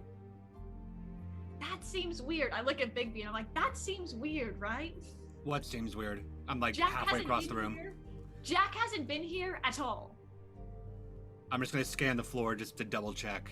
Look over, don't see Jack No, anymore. he was at the trip. I saw him at the trip trap, just drunk out of his mind. Really? MC, does it seem likely that Jack would skip out on Remembrance Day? Fuck no. No, especially if he's mad, right? Like if she's gonna show up with someone else, like why isn't he showing up with someone else? I don't know. This has happened before I'm watching at a Remembrance Day about like 5 years ago, 10 years ago. Rose and Jack were fighting, and Jack made a whole thing, a big entrance, had a bunch of like, apparently there was like a dance team involved from like it could have been the Knicks or somebody involved, but yeah, it was. But he still showed up. He still showed up. Yeah. Right. It's like no, like even if Jack and Rose are fighting again, Jack is still gonna be here. So that's weird. I Not a swear to God, the coward, two of them, they're better than, an episode of All My Children. You know what I mean? Not really. Keeping up with them? Oh, okay, got it. Not a big daytime TV guy. No, I mean they're not better than All My Children. Oh my God, baby, we have to talk. Yeah. Question. Bigby, did you walk over to Vera when you were to be in the No, conversation? I am you're still across the room. Okay. I do point out that I know this guy. I work with him. He's a Wall Street yuppie. The one that Rose came with. Oh, so about that apartment though. Yes. Like, I know y'all got shit going on. I got shit going on. I'm honestly trying to get laid tonight. Like, I'm gonna need it Khadija? after this. Khadija, Yeah. Oh hell. Yeah. Ooh, yes. literally read the room. Yeah. No. She's illiterate. I like her. I like I'm her. becoming a bit of a fan myself. I'm not gonna read the room because I'm tired. Y'all got shit going on. Do you But- have a place to stay like tonight? But the person that you need to talk to is and points at Snow, like over there, like is over there. And the only other person you could talk to is, and then she cringes at like Ichabod Crane over there. And then the next possible person you could talk to is and points to King Cole over there. So Big B, this might be a foolish question. I just want to make sure nothing got overlooked. Did you try to wake him up? And see, did I try to wake him up, or was this really fast? Yeah, and you started with Crane first, and we just cut to a flashback scene of Bigby looking around the room, Kate Bush playing, and being like, "Hey, wake up!" and then like giving like a big loud like "Wake up!" and then going over, and then we cut to like him holding up Ichabod Crane by the collar and just slap, and then we cut back to just Bigby. An attempt was made. All right, good to know. did I check Bluebeard, his person? You're going over to check Bluebeard's person. We're going to have this, and then something else happens. Oh, God. You go ahead and you check Bluebeard. You go through his pockets. You find a wallet. He's got one of those wallets. It's like a checkbook that has like his cards and his money in it. He's got No chain. Well, he's got a timepiece with a chain on. There's no chain on his wallet. No, he's got a timepiece with a chain on it. You see, he has a key ring. He has what appears to be a vial. No. That is full. It's stoppered and full. That has a blue liquid in it. That says that it's got some kind of scribbled writing on it. It seems to be in German. And then there is a card in his chest pocket. Off white color, raised lettering. It has a phone number 555-666-1812, Klamushka on it. Donovan Beach. Do I see her going through Bluebeard's pockets? You do? I choose to ignore it. I was like, what he's talking about? The text pops up, Bluebeard will not remember this. Yeah. Yes, it does. Amazing. Pulls up the card and like shows it. No, those gentlemen came by my shop today. Those were the folks from earlier. Gives it to Big B. Pieter, Vasily, and Masha. Yeah. From earlier. No. Yes, I guess you weren't in the trip trap yet, but It was no, an they interesting stopped and- situation, I think. I mean, I think ultimately they were pretty nice fellas. They were definitely going to shoot me. I'll just look over the card while all this is going on. Yep, very simple. You can shoot someone and still be nice, I think. What? That's true. On the back of it, written in pen, I will say for Maddie and Bigby, it does have in pen, blue pen, it has 2 days from now, 1 p.m. Does it say the date for 2 days from now, or Yeah, it says it's the date from Okay, 2 days okay. from now. Eva, I need you to calm down.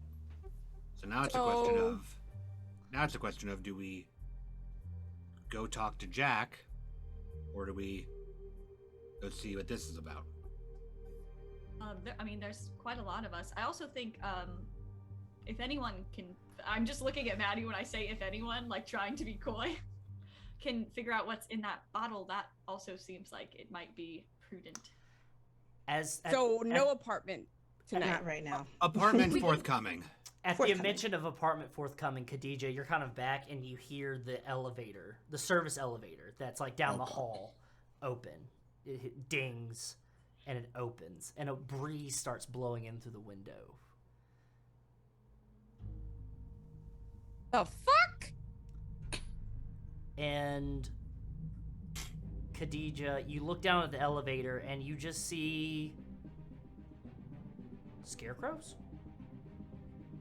standing, about 4 of them in the elevator, just dopey painted on smiles, straw hanging out. They're all wearing what seems to be tuxedos. I look at Buffkin. No, I didn't do it. Give me back my tape recorder. Give it back now. Fine, here. And the wind blows in through, and it smells sickly sweet, almost like candy as it blows in through the ballroom. And you can almost see it. It's almost cartoon-like as it whirlwinds in through the ballroom, and it brushes past you, Khadija, into the hallway towards the elevators. And then you see the scarecrows start to move. And You're then, late for the party, boys. You should just nope. and you can hear there is rustling coming from the steps. And the ballroom window, Bigby and Buffkin, you remember, you thought it might have been decoration because you did see 2 scarecrows out on the balcony. Yeah. And you see both of their both like what appears to be hands around the door frame, and 2 scarecrow heads peek their way in and flop down on the floor. Their legs flip over their back and they spring up almost like a slinky, and they look at each of you. Yeah, we're gonna I have don't to like talk about this. that apartment later. Yeah. And that is where we are going to cut the break. Yay! Go ahead, take the time to use the restroom, grab yourself a snack, grab some water. This is Do not so forget to fun. hit ! Fables to go ahead and tip our wonderful cast and Let's everything fuck up some like scarecrows. that. And we shall be back very quickly. Thank you. Don't go anywhere.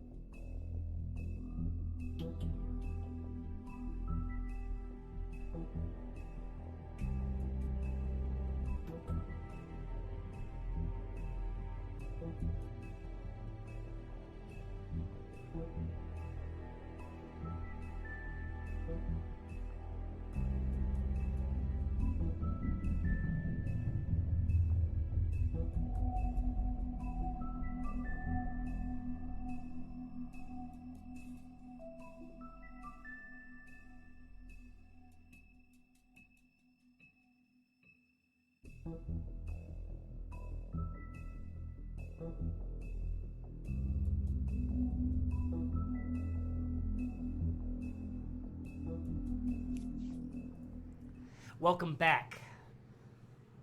What happened last time was our group all gathered together in the ballroom of the Woodland Apartments. Introductions were made, and an investigation was afoot.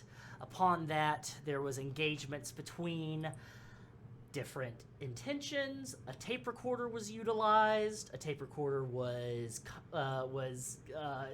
made contraband was, I can't think of the word right now, it doesn't matter. But then Khadija made it very clear that Khadija does not care about this, what's going on. Khadija needs an apartment. Thus, when that was brought up, a storage elevator was opened, a wind blew through, smelling of candy, something about that nature, something sweet, and scarecrows were brought to life, attacking the party.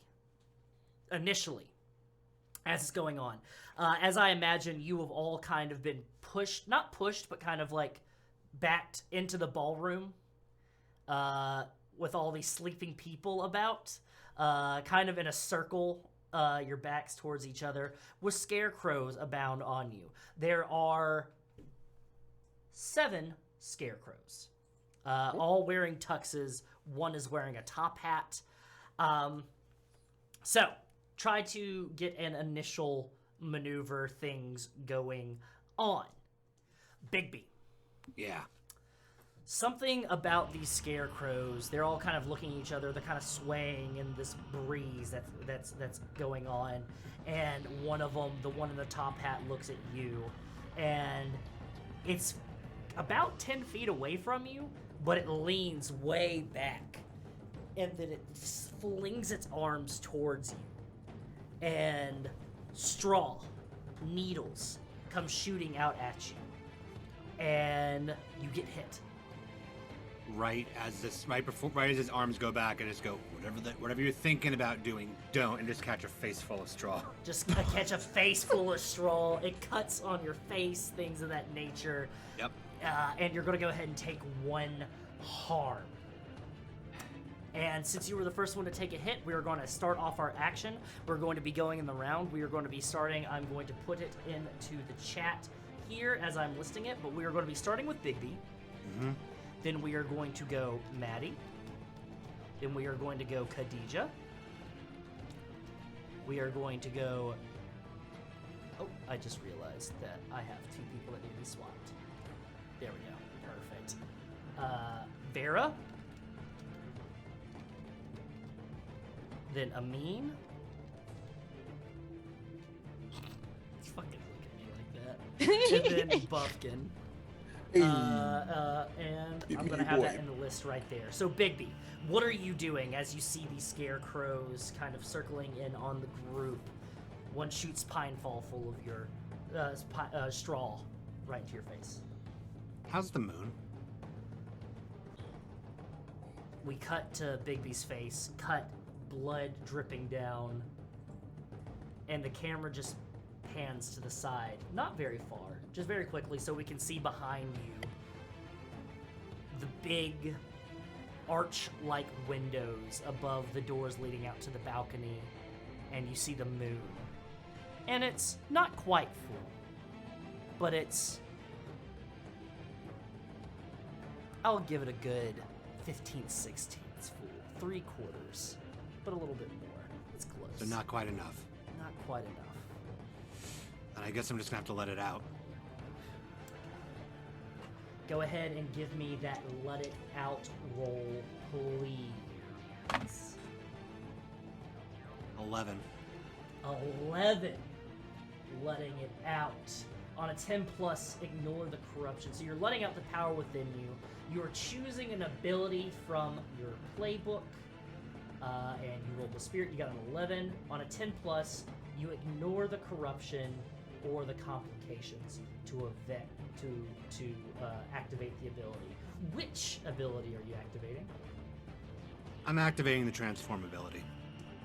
So you transform from one form into the other without even seeing the moon. As the camera, we look at Bigby and just give a little bit of the straw. You drop it down, the blood drips down, cuts to the moon, and then it cuts back. It pans back to your face, and we see the yellow eyes, the beard a little bit longer, and sharp teeth, claws of the big bad wolf. It would seem that the big bad wolf is actually a big bad wolf. This is terrifying. Would you shut the fuck up? Would you shut up, man? And go ahead and roll blood for me. Roll what now? Blood. 2d6 plus your blood. 10. 10. All right. You are turning to violence. On a 10 plus, you inflict harm as established, and your opposition chooses 1. They inflict harm on you, they put you in a bad spot, they create an opening to flee. On a 10 plus, you also choose 1. You inflict terrible harm, you take something from them, you create an opportunity for an ally. As we see you hunch over, and you just look, and you let out a roar, and you just leap, doing just a clawing across the scarecrow. I want to deal harm, and I also want to take something from it. Perfect. You're going to take something from them. As you're clawing across from them, you get a handful of that straw in your hand, and you look at it, and it's yellow, almost a little bit of a golden hue to it. And you look at it, and you look up at the scarecrow, and it looks down, and it looks up at you, and it almost seems like the paint on its face makes a downturned smile, or a frown. And then it just backhands you, and you take 1 more harm. But you have managed to deal 2 harm to it. And it seems pretty damaged. Next, we have Maddie. I'm gonna channel. All right. Roll the channel. Go ahead, roll the channel. This is blood, right? No, like this is spirit. Actually, Spirit. 12. Okay. 12. Sorry, math. On a 10 plus, hold 3 from that. You hold 3, essentially 3 to utilize on that. And then with looking at basic moves, you got a 12. So on a 12 plus for... No. Let me see. Just for channeling, it's just I have 3. Just a template. Yeah, you got 3. And go ahead and how we're gonna do the combat here. You essentially get 2 actions. I'm gonna allow y'all to do 2 actions, do 2 things in your turn. So what would you like to do now that you've channeled? And what does channeling look like in this moment? We know kind of what it looks like for Maddie in like quiet moments, but what does it look like now? In this moment, like it's like her eyes go fully blue, so like down to the whites of them. Energy kind of sparks out from them, as well as the palms of her hands as she like channels through to every inch of her, from like her hands to their feet, essentially. And she's going to like walk up to the one that Bigby had just damaged, and she's going to activate one of her spells, Elementalism. Okay. And these things are made of straw, so I'm going to call upon fire and do 3 harm close to it, and just kind of like it's like a smack like across the face, but like with a lot of force behind it. An aurora fire, blue to like orange and red. Perfect. Roll a turn to violence for me, please. Yes.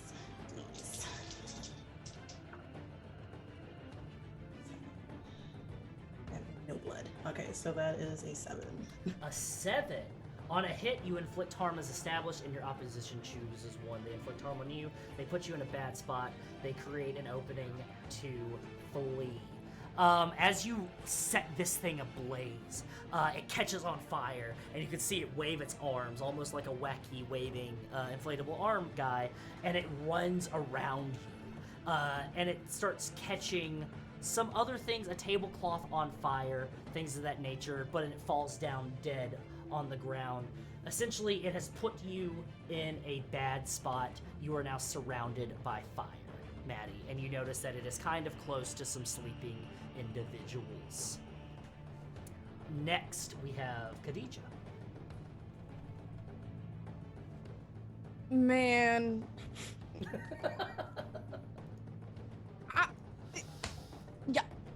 I don't even know, y'all. Like, y'all really trying to fight me right now?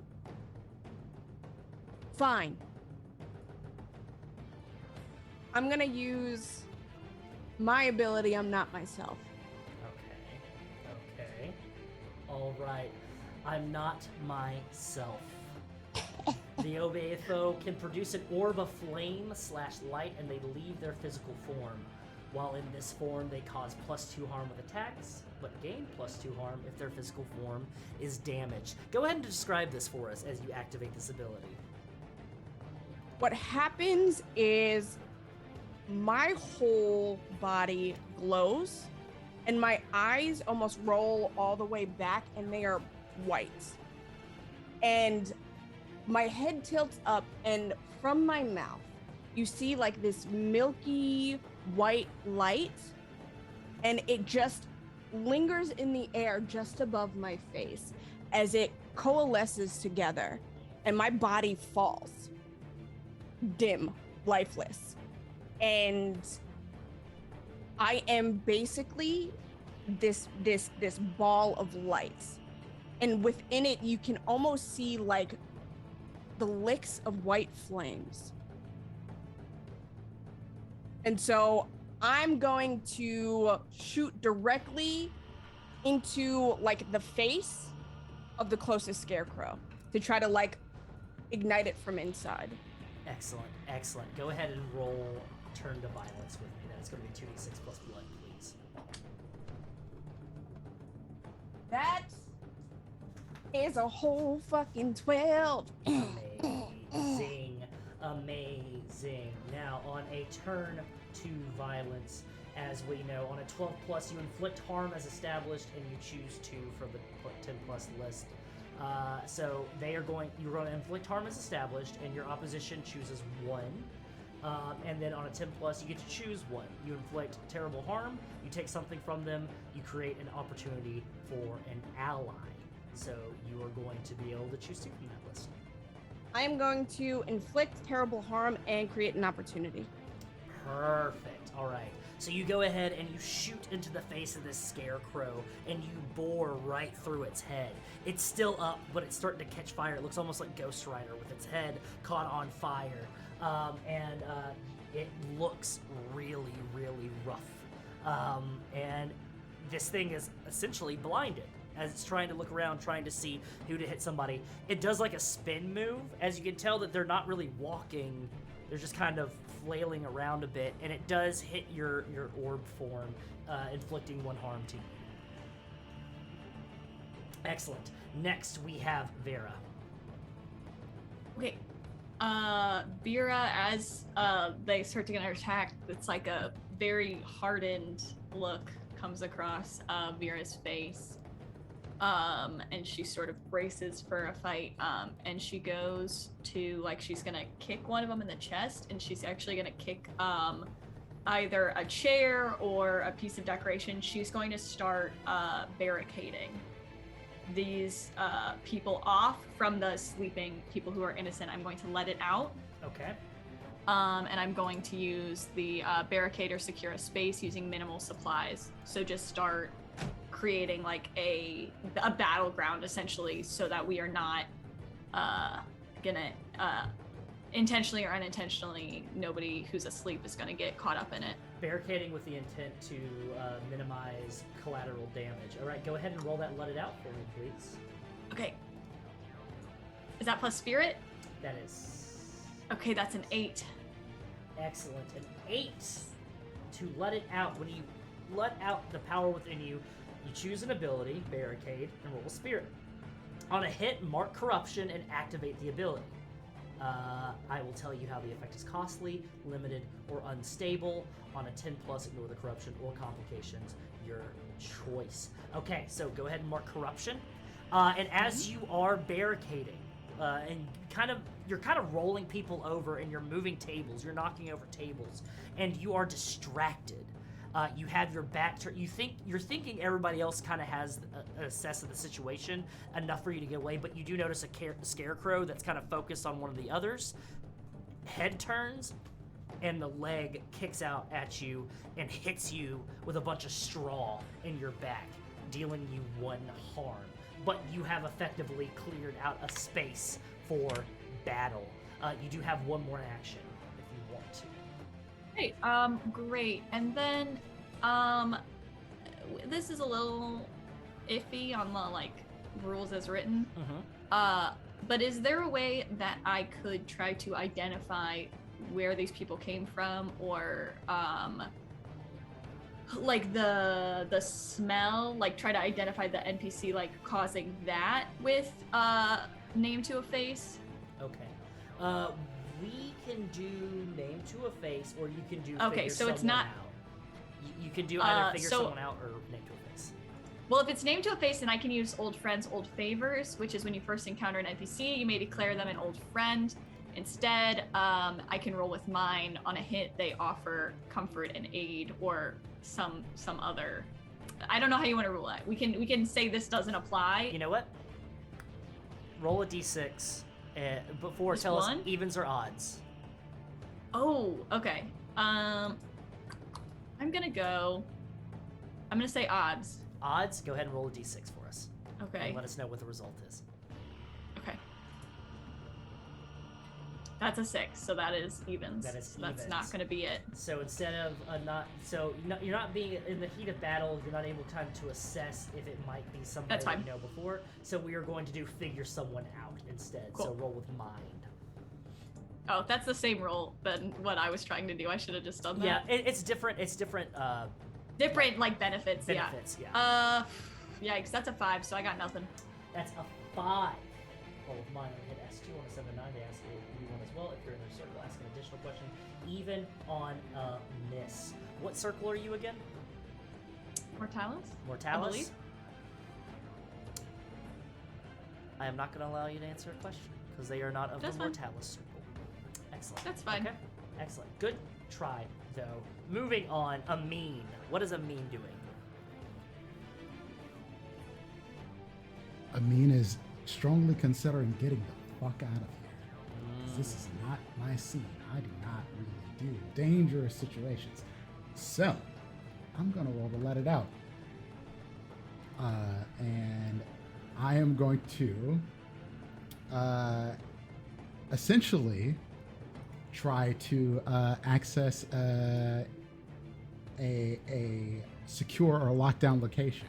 I am going to try to get into a window of one of these apartments and be the fuck out of here. Excellent. That's Editing not the note. end of my plan, though. Editing note. Future Wes. You are muted. You and Sade are both muted on Google Meets, by the way, for subtitles. I don't know why that happened, but I okay, have I'll fix no it. idea why that happened. Perfect. I never touched this. Okay, Weird. sorry. Weird. It happens. End editing. Perfect. Okay, go ahead and roll that let it out for that ability. I will tell you, so just to give you a little bit of a heads up, you're choosing that ability and you're rolling with spirits. Okay.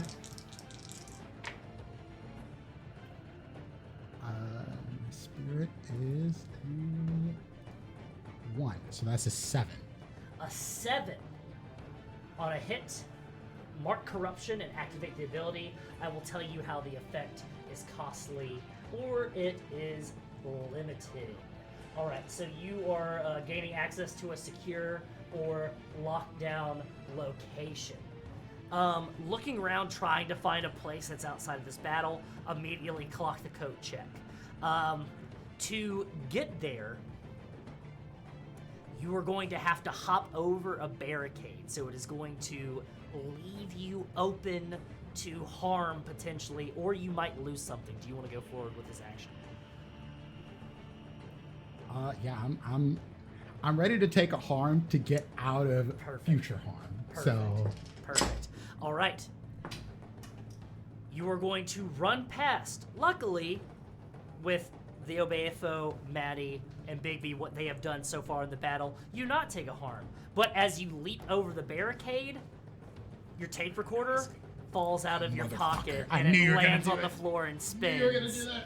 And you hop over to the coat check and you dive in, you tuck and dive in, and you look around and you see Grimble is asleep again in his chair.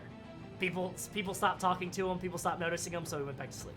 and I just go over to Grimble and I slap the taste out of his mouth. Wake up, we have intruders! He goes, "Oh, shit! Why'd you do that for, Mr. Begg? There's people who broke in! Huh? Oh, Scarecrows! oh, okay." And you see him reach down for a gun, and he goes, "Stupid, stupid, stupid! Where did I leave my gun? Where did I leave I just my give gun?" him my gun. And he goes, "Oh, okay. Can you describe your gun for everybody?" So, if you want to look it up, The gun is I picked a real gun. Browning double action. From the 80s. You can go look this gun up. It is a handgun. It is Semi-automatic. A handgun, semi-automatic 9mm Browning double action. He goes, oh, okay, all right, yeah, sure. So I'm essentially going to have Grimble act on your turn for you to use your second action for That's you. exactly what my plan was. As you see him go, all right, thanks, and you see him turn around and he looks at the scarecrows, and he never seen Grimble look like this before. It's almost like he's been watching Dirty Harry too much. And I'm going to roll for Grimble here. That is 2 3s. That is a 6. That is a 7. So, you were going to see him aim. He closes his eyes for some reason, and he shoots. And Buffkin, you're floating in the air, and a bullet goes right by you, but it hits a scarecrow that's on the balcony behind you, and it hits it right between the eyes. And then he goes, "Did I hit it?" You just hear him. "Did I hit it?" Good job, Grumble. Perfect. AMC. Yeah. We're in an enclosed room and a gun just went off, right? Yeah. That fucking hurts. Yeah. As you do all see Big B like go and hold up his hands like that and look a little bit angrier. We are going to resolve that with a with that. As you see the gun go off, and he goes, "Did I hit it?" "I hit it." And Big B has his hand over his ears. He goes, "I hit it. I hit it." And then Amin, he looks at you and he goes, "I hit it." And then you notice, looking right past Grimble, one of the other scarecrows that was like focusing on the group kind of slinkies over and looks directly at you two in the coat check. But luckily, you'll have cover. It is just a window, essentially. So you're still technically in a secure location, but you have been noticed. And that is going to create, they put you in a bad spot. Excellent. Buffkin. So, hearing the gunfire and then like, did I hit it? Did I hit it? You almost hit me, I'm glad I took your. Never mind. And then hearing Big Big Grimace behind me, I gotta fly up to make sure that I'm nowhere near the scarecrows. I've got you back, and I just kind of touch him on the back, and that ringing in Bigby's ears is replaced by the smell of fresh cut grass and the distant wildlife, chirping of birds, a little bit of cicadas, and I'm going to use Nature's Caress to heal 2 harm from Bigby Wolf. Excellent. And you feel those scratches begin to just heal. And let's go expert mode. And what Buffkin hears is the distant laughter of the Wicked Witch of the West, as I'm going to take a debt for utilizing fairy magic. Excellent. Perfect. Thank you. And then after that, I'll just look at Bigby. Where do you need me? I'm just gonna quick survey, and do I need to make a roll to pick one, or did I just pick one? Just pick one. Quick survey. I'm gonna pick out the one that's separated from the group that's going towards Kochek and just point at that one. I'm on it, and you're gonna fly over, and how many are in the group, or in like the little group of things? In that Kochek area? Yeah. You've got Grimble, and you've got our dear friend Amin Beg, who are inside the coat check, and there's just one scarecrow that is starting to slinky his way over there. Okay, perfect. You're gonna need to stay where you are. and I'm gonna reach out and use a second, and use Wither. Perfect. You can imbue your touch with the power to kill, 3 harm, intimate, AP. Yeah, and it's not the smell of like fire or anything like that. It's just old thatch wood as it just begins to blacken. Excellent. You go ahead and you take your hand and you put it on the back of its head. And you say, I want you to stay right where you are. And it leaves behind this blackened, like, wooden mark that's shaped like Buffkin's hand. And out of it, it just twists and gnarls and smoke comes up. And you just see it stop. And you just hear like a... Ugh, and I'm going to take a harm. Perfect. Excellent. That's my 2 moves, boo-boo. Perfect. Coming back around to Big B Wolf. How many more are in front of me? Okay, so we've got 2 down. Yeah. And then we've got... So that would leave the one that Buffkin just took care of and 1 more in front of you. But Buffkin seems to have the one that over by Coat Check. Careful, All so right. there's 1 more in front of you. I think...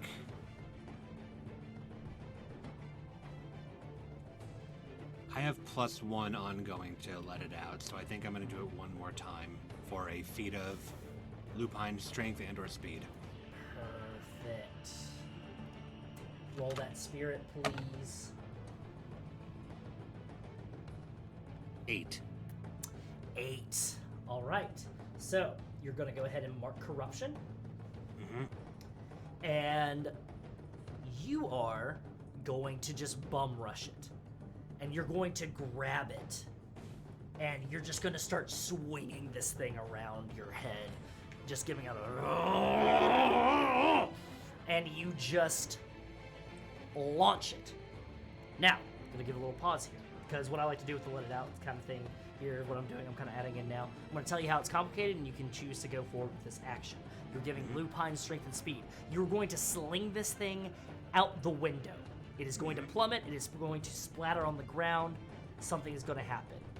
You are putting the woodlands at risk for somebody Monday's catching on what happened here. Are you going to continue this action?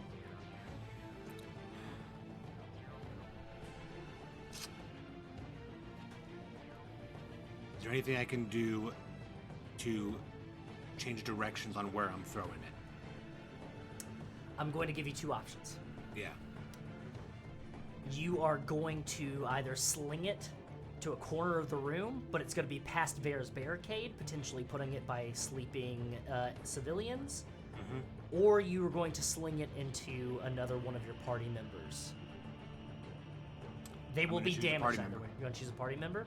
Yep. Okay. I'm going to roll here now. Maddie, you are 1. Vera, you are 2. Buffkin, you are 3. Amin, you are 4. Khadija, you are 5. And then 6 is going to be at somebody else. It is a 3. So it goes right towards Buck. So you rock it and you realize you're about to aim for the window, and you go ahead and you sling it somewhere else, course correcting. And Buffkin, you're feeling pretty pleased with yourself. You're kind of harmed, but you're like, I did it. And immediately you just feel I can't believe that worked again. a sack of straw just hits you in the back and plop you down to the ground, and as it lands on top of you, dealing great harm to this thing. It is dead. As straw just scatters everywhere. And you are going to take 1 more harm, Buffkin.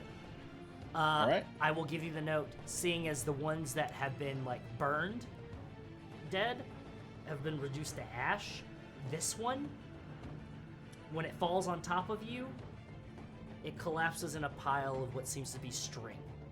The straw into string. So like, okay, got it. Like Got it, got it, threads. got it. Like Got it. threads. Woven threads. Perfect. And another move, Sheriff? I'm just going to do a quick survey. See what's left. Are any of these things left standing / alive? Okay. There are 2 left right behind you. One that Grimble put a bullet in, and one that is kind of waving its way over to Vera. All right.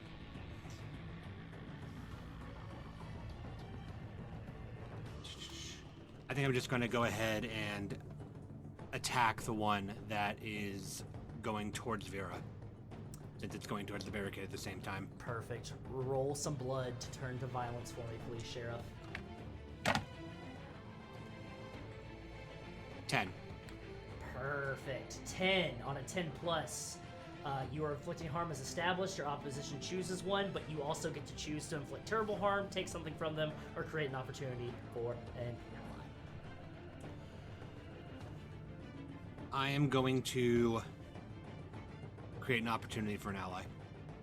Perfect.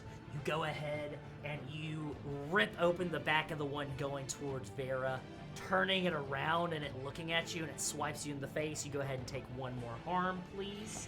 And Vera, you notice as you've gotten done barricading, feeling pretty pleased with yourself, kind of confused by the wind and the kind of sweet smell on it. You hear the roar of Big B Wolf, and you see that one of the things left standing has been provided open for you or whoever goes next. Excellent, excellent, excellent. Those are your moves, Sheriff. Thank you so much. Maddie, you are next, dear. Right, so fire's around and it's the place is starting to catch fire. Can I let it out to reshape my magic spell? Yes, you can. Okay. Yes, you can. So- Let me go ahead and take a quick look. I'm going to go ahead and say yes because I just love saying yes to stuff like that. It's creative. Reshape the essence or nature of an exposed object or magical spell. Yeah, go ahead and roll let it out for me, please. And that is spirit. Spurt. So 6 plus 2 is 8. 8. So, you're going to reshape the magic of your spell. Go ahead and mark corruption and activate the ability. Please tell me how you're reshaping your spell, and I will tell you the complication. All right, cool, awesome. So she turns, sees the fire starting to spread. She is going to call the fire back to her instead, so that it will smother out and it kind of feeds back into her hands, and she's going to wrap it around her hands. Perfect. Try to condense it. Perfect. As you are going to pull it back, it's a lot of magic to pull it back, Maddie. I'm going to let you know that if you do this, you are going to revert back to your preferred form of that of which Sure. is known to many. Sure? I also Perfect. like saying yes. Perfect. Perfect. As we see this, you see M weaving her hands around and pulling this fire in and shaping it into a ball, holding it close, and you pull it into yourself and you feel yourself change. Maddie, clothes collapse to the floor and you pop out of the neck of the blouse you're wearing, and we see a purplish black cat that seems to have a viper-gated tail, purple eyes that are glow with purple flame. The end of the tail is on fire, and the claws of this cat are on fire as well. Shit, where's my tape recorder? And I am going to let you know, Bigby Wolf, the person that you've been like, that seems kind of familiar. That's Medea. That's Maddie, the enchantress from the 13th floor. Neat trick. Perfect, perfect. All right, you've let it out. You have one more move, Maddie. Hey, I'm gonna use elementalism again. Okay. I have flame on my fingers Okay. already, Yeah. so I'm going to cat charge the one that's near Vera. Perfect. Cat charge. Go ahead and roll turn to violence for me. Alright. God. This is. Ooh. I got a 6, so that does not A pass. 6. That does not pass indeed. Interesting. Interesting. So on a turn to violence on a miss, nothing too bad happens, Maddie. But as you charge and to leap on this one that's nearby Vera, kind of giving you, you know what?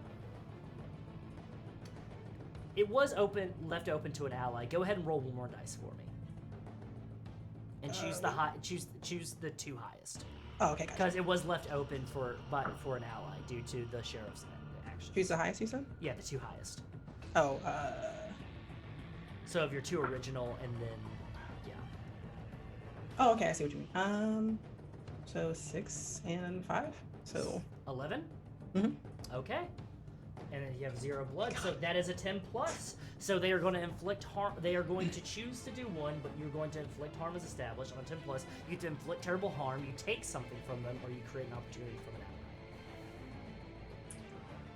I'm gonna take something from them. Okay. You go ahead and you start ripping into this thing, clawing into it, and you bite into it as well, and you yeah, just a cat just going wild. Just like giving that big old, just the fucking, there's alley cat fighting in a fucking alleyway someplace. Editor note, please add in an alley cat fighting sound. Please don't do that. Thank you, please. Or maybe, we'll see, if I can find a good one. And then you go ahead and you rip a piece of the tuxedo that it was wearing. And you rip this thing to shreds. And you have this piece of tuxedo in your mouth, and you look up at Vera. Vera, you see a cat that just helped you out. That was once somebody that you met named M. Maddie. All right, moving on. Khadija, you are next. There is one standing here. Y'all can't hear me, but I am cussing this motherfucker out. Actually, there are 2 standing. There is the one that was left by you that you bore through the face that's blind, that is on its last leg, and then there's the one that got shot by you. I just wanted to do a little quick correction, but you are cussing it out. Go ahead. Are they close? Yes. I want to do something wild. Okay. I would like to essentially expand my form to not be necessarily a concentrated ball, so the effect is going to be less, but I want to blanket it. Okay. To try to hit both of them and just like singe them to the best of my ability. You know, and if I got to take more harm, lay it on me. You know what we're going to do? Nope. That's why you're going to tell me. You are going to be performing a fantastic feat of vampiric strength or agility. I'm going to ask you to let it out. Roll spirit for me, please, dear. Oh, fuck. I got a -1. Here we go. That's going to be an 8. An 8. All right. So you're letting it out. You are expanding to hit both of them. So, on a hit, you're going to go ahead and mark corruption and activate the ability. It will act as intended, but I'm going to let you know how it is costly, limited, or unstable. You are doing something big. You are expanding your energy. If you do this, Khadija, you are going to hit Maddie and Vera, as well as Big B Wolf. As well. Would you like to go forward with this action? You see, me as a player, I'm like, no, I don't want to do that. But then I'm like, Khadijah's like, yeah, I don't give a fuck. So yeah. Perfect. Sorry. Love you y'all. all see this great ball of light and energy expand, hovering, almost like a floating organism of a disc, has a jellyfish shape almost, as it lashes out tendrils at both of these left standing scarecrow, whipping the tendrils, just going wild, whips into you, Maddie, as well as you, Vera, and as you as well, Sheriff. Go ahead and please all mark a harm as you feel a great burning sensation across you, getting hit across, as you see these 2 scarecrows light a flame. One of them trying to run outside of the balcony windows, tripping and falling on the balcony almost like one of the sleeping citizens, and just burning to ash. And with that, combat is over. We have a cat, a flying monkey, and Amin with a Grimble who looks very proud with himself but confused. Amin is running for a fire extinguisher. Amin That is, like, immediately first hopping thought. over, going for a fire extinguisher. We have a light form of energy. We have the big bad wolf in his wolf form, and Vera. Vera just reaches down so Maddie can jump in her hands and then like scratches her head. Like she's like has like the tuxedo base. Like yes, very good.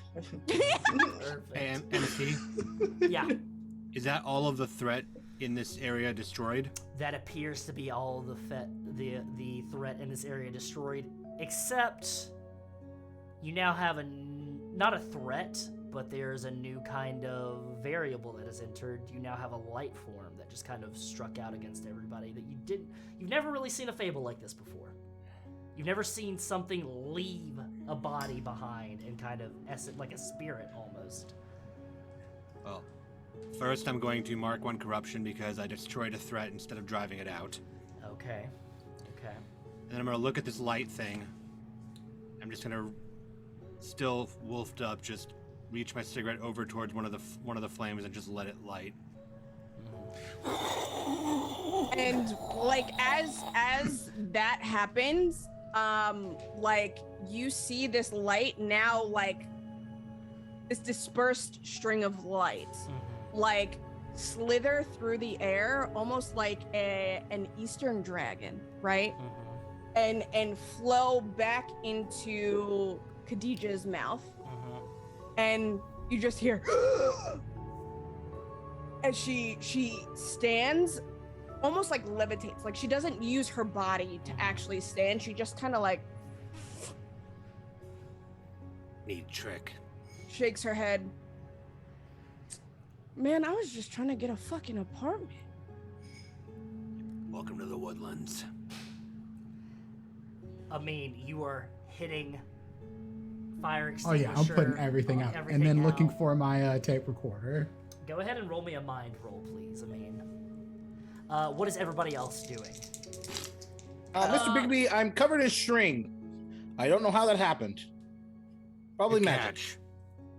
Can you get me some of that actually? Like it spits out the thing into Vera's hand and it's just like, give me some of that. Thought I recognized you. Hello. Pleasure, everyone. Hi. He'll hand you like the end of the string and like allow that to just unfurl as it's probably just like Unwrapping from Buffy, yeah. turning into a spinning top. Oh, this is dangerous. Just playing with yarn. Do you want me to stop? I can Stop. I can Just stop. I can't. Okay, stop. okay, all right, okay. MC, Yeah. with everything that we've just experienced, this weird smell, scarecrows, people going to sleep, is there something I can roll to start trying to put pieces together? Go ahead and give me. You can either roll a figure someone out with your mind, or you can utilize a circle move of essentially a I heard a rumor type beat. Can I lend a hand with that? Uh, Just based off of You know what? Yeah, Hey, if when you you look at want to, if that's shit. what if that's what you want your next action to be, and what you're gonna do to roll that, and you're gonna add yours on top. It is you're rolling with power. I'm rolling Me? with power. Yeah, the circle. Yeah, Oh. the circle of power. All right, and I'm adding what to it? So you're gonna be rolling 2d6, and you're gonna be adding power, which I believe for you, Big B, is -1. Right, but then Buffkin was helping, which does what? Buffkin is helping. Buffkin, what is your power rating? 1. 1. So you're gonna be adding 1, so it cancels out. Cool. Nice. Excellent. I got an 11. 8, by the way. You got an 8 and 11. Okay, perfect. Let's go ahead and deal with Amin first. Amin, you are going to go ahead. You're looking around, scrambling, trying to find your recorder. You find it. It still works. You open up. Part of the cassette is damaged. So essentially, what I'm going to tell you is, you did record some stuff, but some of it's going to come up as because it got damaged in the fight. Perfect. You got Pulls out a new tape, sticks it in there, puts the other one in a pocket. Perfect. Perfect. Sheriff. Yeah. Kind of taking in everything, the string, the scarecrows, the sweet air, all this stuff like that. It seems familiar. This is definitely Homeland's magic. So you're definitely dealing with like a traditional fable, things of this nature. You know that it either has to do with somebody on the 13th floor, but you can't really think of who it might involve on the 13th floor, or it could do with somebody that lives outside your jurisdiction. So there might have to be a little bit of a look through the Book of Fables or the library to try to nail down something, a little bit of investigation. But you do know that it's somebody in the power circle. They have to be a very powerful magician to utilize this magic. They are bringing things to life. They are manipulating things of that nature. I was sort of like musing this out loud as I'm coming back down from wolf form and just looking over. Saying this out loud? Okay. Yeah. Well, amazing. Just looking over to Maddie and going, "Does this seem like any 13th floor stuff you've seen before?" Well, this string is like for the MC? Is the string similar to what I saw back in the bar? It seems to be the same type of material string that's been threaded together. Mm-hmm. It is a different color. It has kind of like a goldish kind of hue to it, as opposed to the whites and reds that you saw in the bathroom at the Trip Trap. All right, so I will tell Big B about the Trip Trap. One of the Russian people that were like walking around trying to find the scroll, essentially, had also unraveled in the bathroom.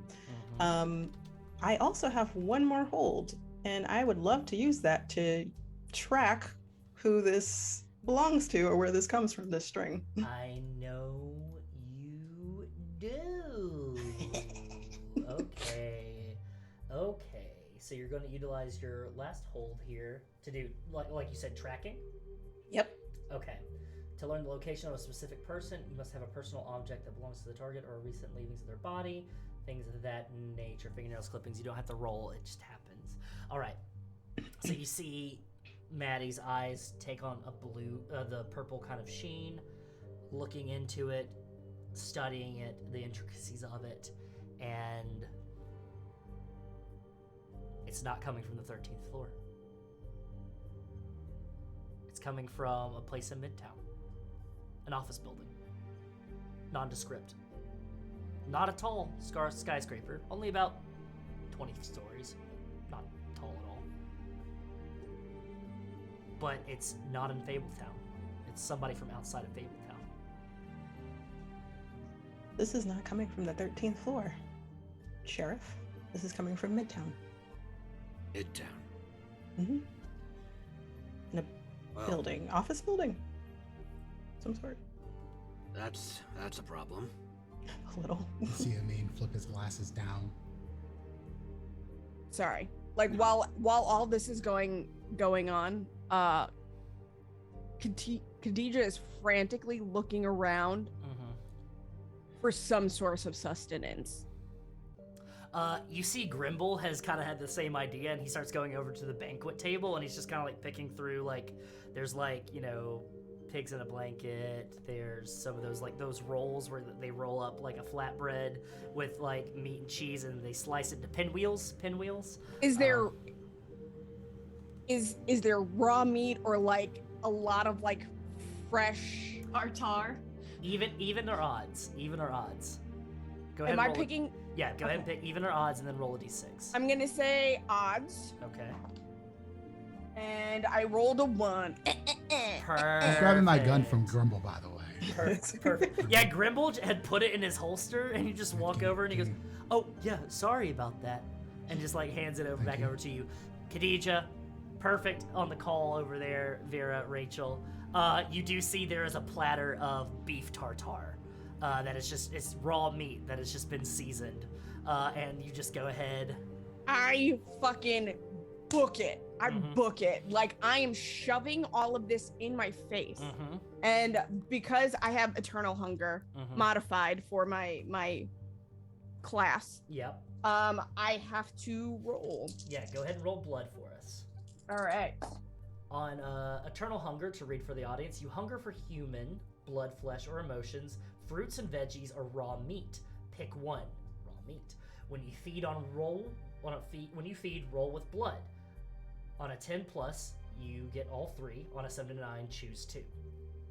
So I got a 12. Okay. A 12. All right. So you're gonna get all 3. You heal 1 harm, or you take 1 forward. You learn a secret about your prey if it's human. Your prey doesn't suffer 3 harm. You do not need to eat for the remainder of the day, or you do not need to eat for the remainder of the day. So, For this, you can choose. I'm going to let you to modify it since it's not a prey. You are going to heal 1 harm, and you're going to take 1 forward, so it's a +1 to your next roll. Okay. And you also do not need to eat for the remainder of the day, since it is a new day, essentially. The clock has passed. You do not need to eat for the rest of the day. Perfect. Love that. Grimble's going to look at you as you do that, and he's got a pinwheel that he's about to put in his mouth, and he just looks at you and goes, Miss, can I get you a plate? I just kind of... Yeah, I think I'm standing by Grimble after I take the gun, and I just look over, and I'm just like... Ow. I'm gonna go over there. I'm just talking with Maddie about this guy. See, the problem here... Am I still holding Maddie while Yes, you're you're having totally Yeah, still while you're holding talking me. this Yeah. conversation, yeah. I was talking to Maddie. Okay, yeah. Just like I'm lightly very- purring. I would like to say I'm very just like patiently like doing that. You can fully smell blood. I'm at 3 harm. I've got serious. Ooh. See, the problem here is that Midtown is out of my jurisdiction. Grimble, don't drink the cider. Got it.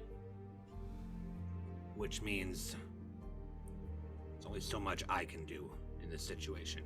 Right. Fortunately for me, I have count 1, 2, 3, 4, 5 very capable people in front of me.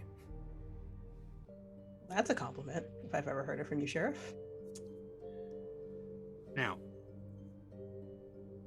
I need to stay here and sort this shit out. Yeah. I'll probably also need to take a look at the Book of Fables to see what we're dealing with. Which Is means... this one of those emergency library sessions? Maybe. It's definitely a fable.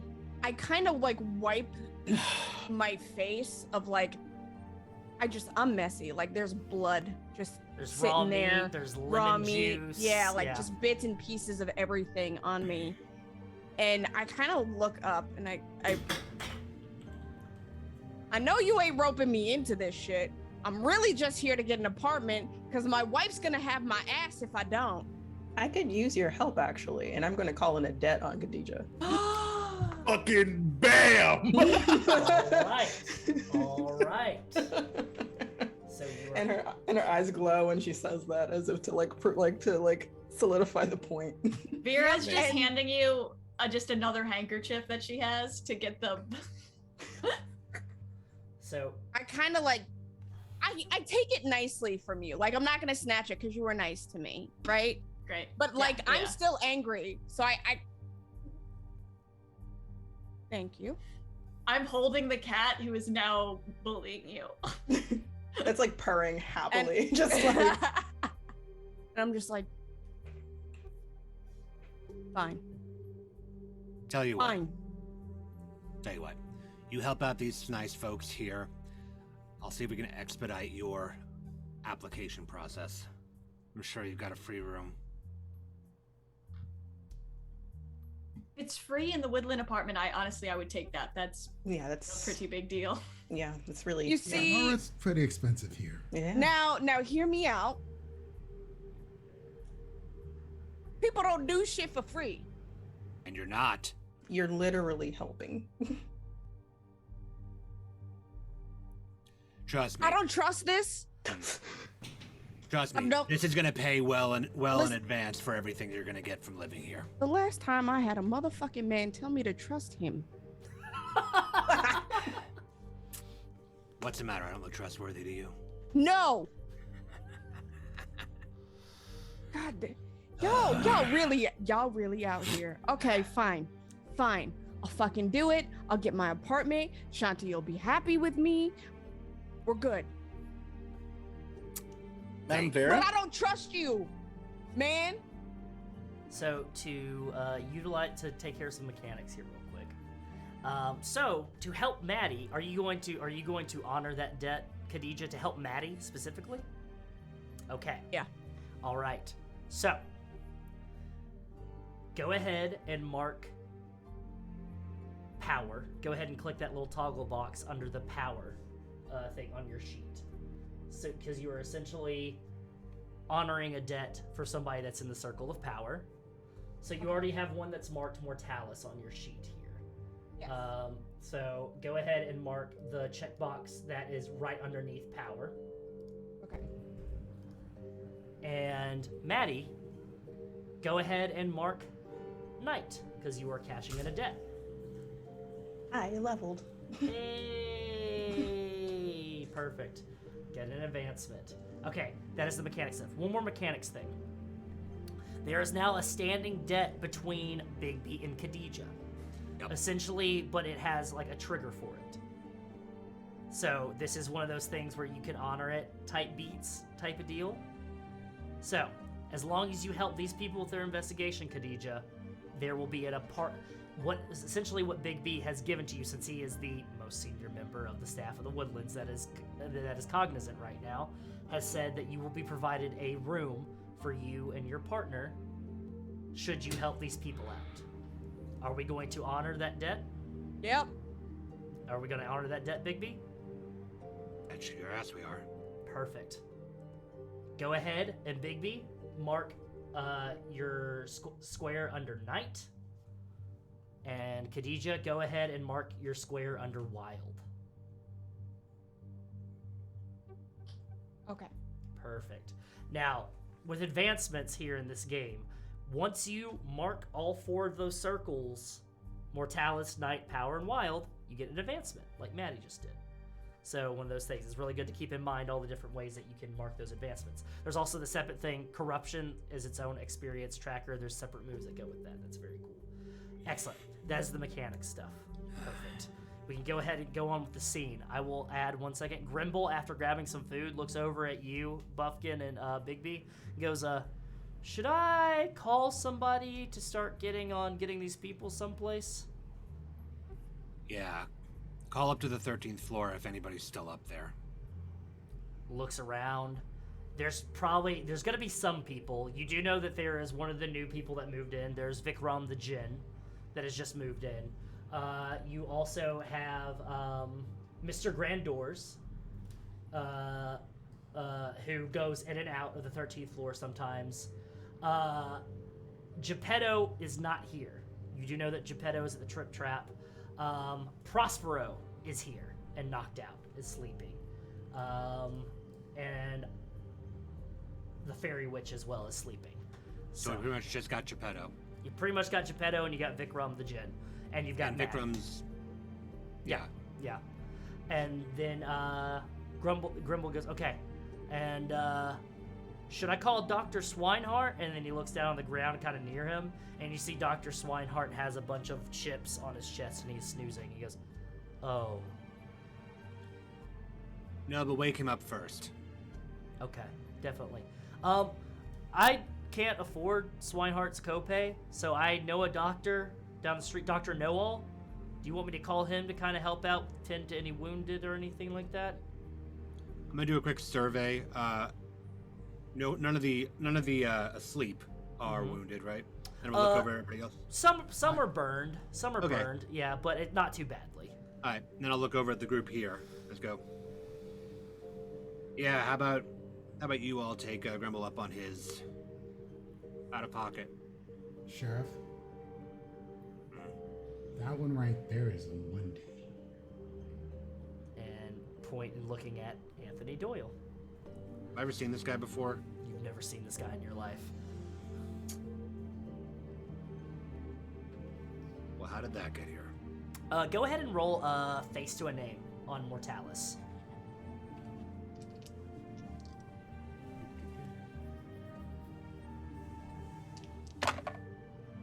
Nine. 9. All right. What you picked up from the party, just kind of hearing Rose, because Briar Rose was like going on and on about how like her hot new date and everything like that. This is Anthony Doyle. He's a very wealthy CPA from a very big time firm in New York City. Works Wall Street, things of that nature. You know, big money stuff. He was very nice. He was very scared of you. Cause like he went by, cause like she brought him around to you, kind of like getting in the way of you watching Snow and talk to Prince Charming. Oh yeah, also Prince Charming is here. He's knocked out as well. Good. Yeah. But she like kind of got in your way, and he like stuck out his hand to you, and you just kind of asked your cigarette and looked at him. and he's kind of scared of you. But yeah, Anthony Doyle, pretty nice guy, kind of a scaredy cat, not very attractive, but you know.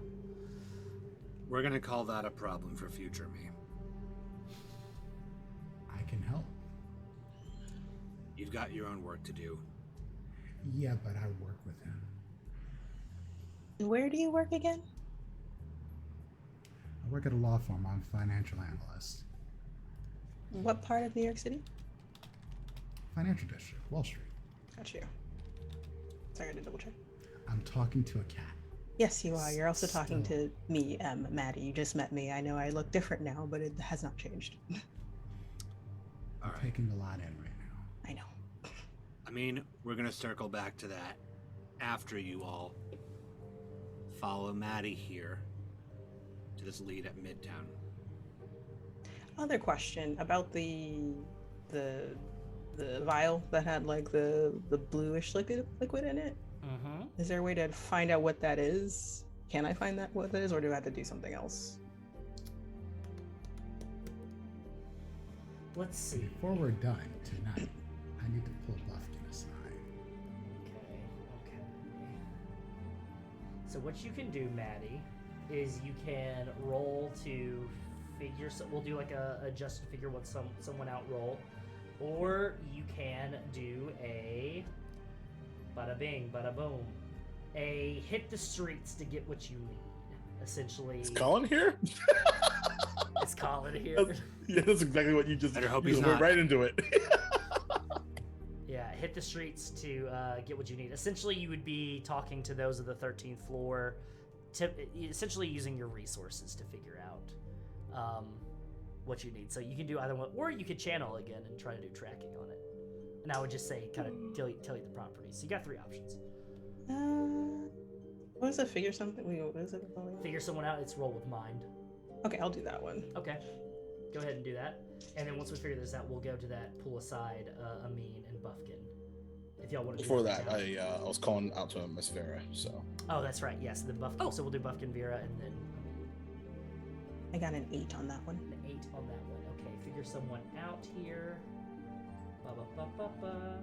Okay, go ahead and ask 2. You can ask me 2 questions. So essentially, I'm going to adapt these questions. But it's figure something out. So, who's pulling the strings with this? Essentially, who's behind? Who kind of concocted it? Essentially, what is it? Who made it? Where's it from? And let's see, who is it?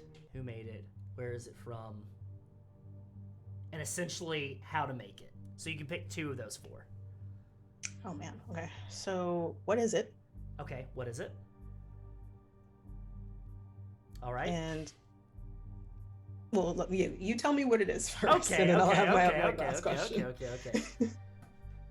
This blue vial of liquid that has German writing on it, you go ahead and what this is, thinking that it might be maybe an antidote, it might be the sleep potion itself, something of that nature. It's neither one. It is a plying potion. It essentially makes somebody more pliable. It makes their will seem a little bit more of their intentions. It's not necessarily a love potion, and it's not like a memory wipe kind of spell, or like kind of anything like that.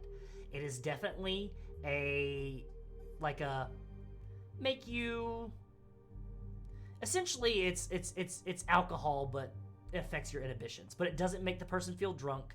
It doesn't make the person feel any kind of anything like that. And once they have drunk it, and the action has occurred within the time frame, anything that anybody tells them to do, it is replaced in their mind as it is their own idea. So it is essentially a suggestion. It is a suggestions potion. It's a pliable potion. It's utilizing a little bit of some charms there. Who made it? Who made it? It is not from anybody on the 13th floor. you're looking at the label, and it just says the pliable potion, and it just says how to do it. And in the very corner of it, there's just a little symbol of a deer in the very corner. So, like, Maddie's, like, I guess, trying to, with her paws in Vera's hands. It was just like, this is like a suggestion potion charm. Makes people do what you ask, but it's a kind of a messed up potion, to be honest. And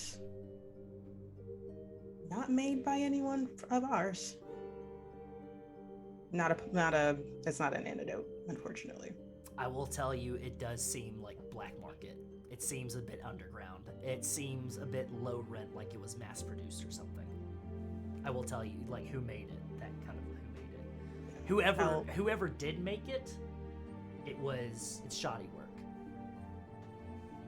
I'm gonna keep it, but I'm gonna turn to Big Beams like, so Bluebeard had this in his pocket, by the way. He's gonna use it on someone. Well, it's Good for when he wakes confiscated up. it then, isn't it? Mm-hmm. Good for when he wakes up to talk about it. Won't do any good. Buffkin, you wanted to talk to Vera? I did. Miss Farah, you, if you don't mind me saying so, you look terrible. Are you feeling okay? It's been a minute since I've been in a fight like this, and I seem to have taken a couple hits, especially at the end there. So I probably going to take Grimble up on his sort of pay out of pocket situation this evening. What do you mean? To go to the doctor, the doctor Grimble was talking about. Oh. Grimble has a unless pinwheel in unless his you mouth, have. and he goes, Dr. Noel? Yes. Sorry. No, you're fine. Actually, you might not have to worry about that. All right. I might need maybe I can help. A favor for a favor. Little healing from me to you, and then you do something for me. Sure, Buffkin. I'll take you up on that. What kind of favor did you have in mind? And I'm gonna put Maddie on the ground, so you could jump down and keep talking to Big B while I walk away. I just try to keep the hand before you go away, but do the little nudging the head up against. Yeah, not me, just no, don't do. Fine, she's can't help do a it. little ear scratch. And I'll just say from an Urban Shadows perspective, this is a canonical way to create the debt that we've created prior. Oh, got it. Okay, I was I'll have I was you want to add another debt that you owe me? No. Perfect. No. Got it. So this for- is one of ours. Yes. I see you, Dimples. I see you. So I've heard this thing about this everlasting liquor bottle. And considering your history, maybe that's something you could look into for me. I might know where to find that. Well, and kind of puts a hand on your shoulder. Hope is enough for now. And he'll go ahead and remove 2 harm from you, and Nation Rest once again. Oh, I will hell say, yeah. I will say, instead of having to suffer harm, actually, go ahead. I was going to use scales of see if it Scales of Justice, cashing a debt with someone to use power from fairy magic. Yeah. Targeting them at no additional cost. Excellent. That was the play. Great. Well, thank you, Buffkin. That was very helpful. I can. I'll dig around in my inventory. Miss Farah, and see. thank you. Perfect. Mm-hmm. Once that is done, and we're gonna have a mean and everything like that, Khadija. While this is going on, you hear a voice in your head. No cause for alarm. It's Shanti. Shanti has a way of contacting you without having to call you or anything like that. Can just talk to you. Has a telepathic link. And Shanti just asks, Hi there, darling. My dear Boki, how are you doing? How goes the talk at Woodlands? Did you meet with the Snow White? I kind of like excuse myself from the group, and like I go into the corner and I'm like, Shanti, you are gonna fucking owe me big time. Oh, what did you do, my dear? I hope it wasn't anything too drastic. Well, the good thing is that there's people like me here. Good. That's a good place. That was one of the recommended places from our associate. Well, cool, but I came in here, this white girl crying over some shit, drunk as hell. They got fucking scarecrows coming out the fucking woodwork, throwing shit at me. I had to burn these motherfuckers. Shanti, this ain't no joke, babe. I understand. I can hear it in your voice. I can feel it in your essence and your energy. Tell me, did we get the apartment? Shanti, I love you with my whole heart. I'm asking Okay? this so I can take care of you properly once I get to our new place of residence. I As ain't got much no as I fucking want... apartment. Oh, God, Shanti, I ain't got no apartment yet. I still gotta fucking run with these fools. We'll And see. M's here, and now I gotta fucking... Even Shanti, this is better. a fucking mess. How about this?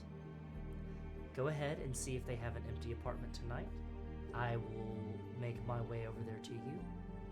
I'll grab our stuff from the Good Sleep Motel, and we'll move in tonight. Shanti, I'm not gonna lie to you. I'm gonna grab the back of your fucking head tonight, okay? I hope you do, Boki. Oh, See you soon. fine. Turn around. Y'all got an apartment. I can at least get my girl to move in, please. Please. I can help you out if you need. I need. Man, I need. Yeah, I can stay in my place and try back at tonight. You have to run in my place. I have to do something. Is this another quid pro quo? Just fucking lay it on me. Because I ain't got time. I ain't got time to waste.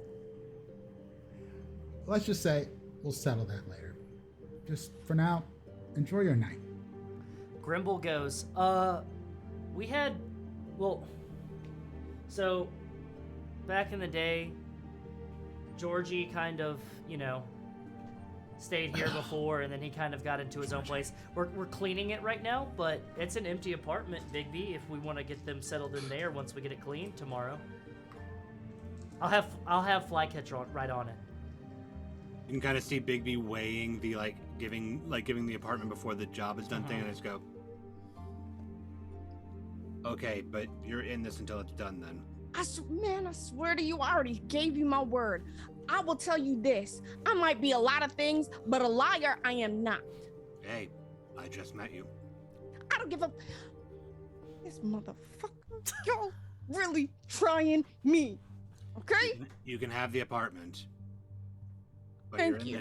You're in this with them until Yeah. it's finished. Yeah, man, I said yes, and Maddie got my ass if I don't. That's right. And we're square. Fuck! Yeah, I saw what Maddie could do when she's like that. Yeah, and by the way, Maddie, Hmm? get yourself some glamour before you go out. We can't. Oh, this deal is with just this. yeah, don't worry, I got it. I mean, I make them, so. Well then, Perfect. You just wanted to throw your weight around. I see what you're trying to do. And then she's gonna start trotting away. I'm gonna go home. But Buffkin, Mr. Amin? can I talk to you for a moment, sir? Sure.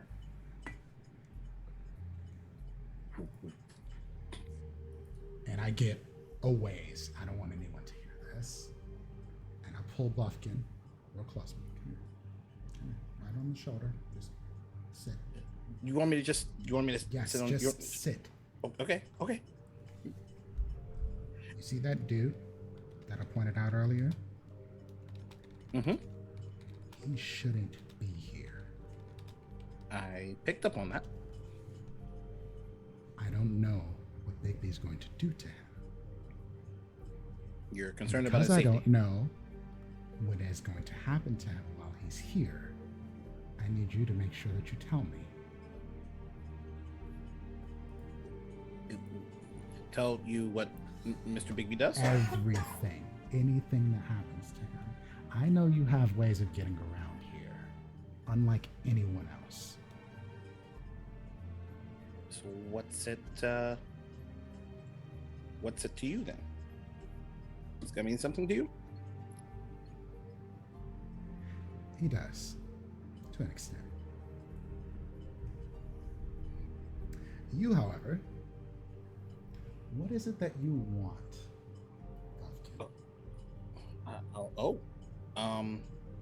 Because I owe you a favor. You know, I was wondering if maybe, because I've been sort of hanging out in I live in the office, and because you know I'm all this. So now that we're handing out free apartments, I'm not saying it has to happen right now, but maybe we could work on that. A new place establishment.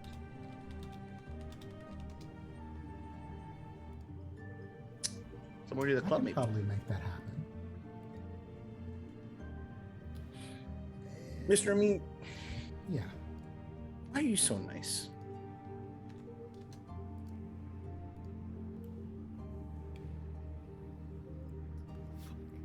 Because you attract more flies with honey.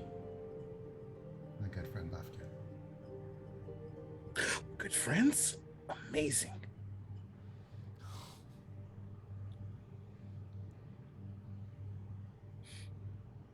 He just nods. Strokes his goatee. Excellent. Keep an eye on him. Okay? Mum's the word. And Amin just goes out the elevator. He's on his way out of here. Oh, I'm sorry. Did I tear your shirt? I'm sorry. You didn't tell me fine. when I was supposed to It's move fine. away, It is. fly away. So I just sort of held on It's a tweed, little I too can long. get it fixed. It doesn't matter. Oh, okay, I mean, sorry. I've been in firefights and all kinds of stuff. I have other That's things. that I true. can He do. tried to shoot me. That's it. Grimble's over and here before I moving leave, bodies. I just towards turn the- around and I throw my keys to Khadija. Snatch him. Have fun. My man. My shoes are clean. So Good much. looking out, brother. And I just kind of like put the keys in my vest pocket, and then like, can I actually contact Shanti too, or Yeah. You can contact Shanti too. you know what? Can I save for story? I Mhm. can't. Yeah, even better. Yeah. Okay. For flavor, I can't. Like it's a one way. Yeah, one-way thing. One-way trip. Yeah. Love that. That makes perfect sense, actually. Yes. Yeah. Perfect. I'm gonna watch him do that, walk out, and I'm gonna look over to Khadija and go, "You heard the part where you got the apartment here, right?" Grimble goes, "We have to get that place cleaned. I'll have Flycatcher on it tomorrow. We'll do the whole back and forth tomorrow. Fair enough. It's fine." Did you know that Mr. Bluebeard's really heavy? As you see him kind of lugging him over, and like he's like lining people up, getting them ready to be picked up and like sent to their apartments and everything like that. If he's too heavy, feel free to drop him. I'll just look at Yeah, who's. Amin did not want to be any part of this part right I here. respect that. Nah, Yeah. I'm I'm just gonna leaving look the at who's whole remaining. building. I'm gonna look at who's remaining, which I think is like Khadija, Vera, and Buffkin at this point, because Maddie was walking off and Amin just left and go. All right. I've got a book of fables to consult. And I need to go find Geppetto and probably kick the shit out of a pig. You all take whatever rest you need and then get this sorted. If you need any supplies, I don't know how many of you know Hannah over at the Burrow, but she might be able to help you out. Yep. Nope. Very well acquainted. So not an emergency library visit. No, I'll handle this one, but I'll get word to you. Right now, I need eyes on Midtown. Buffkin, Okay. if you want to come back, we can grab that. A bottle? Yes. Pace him. I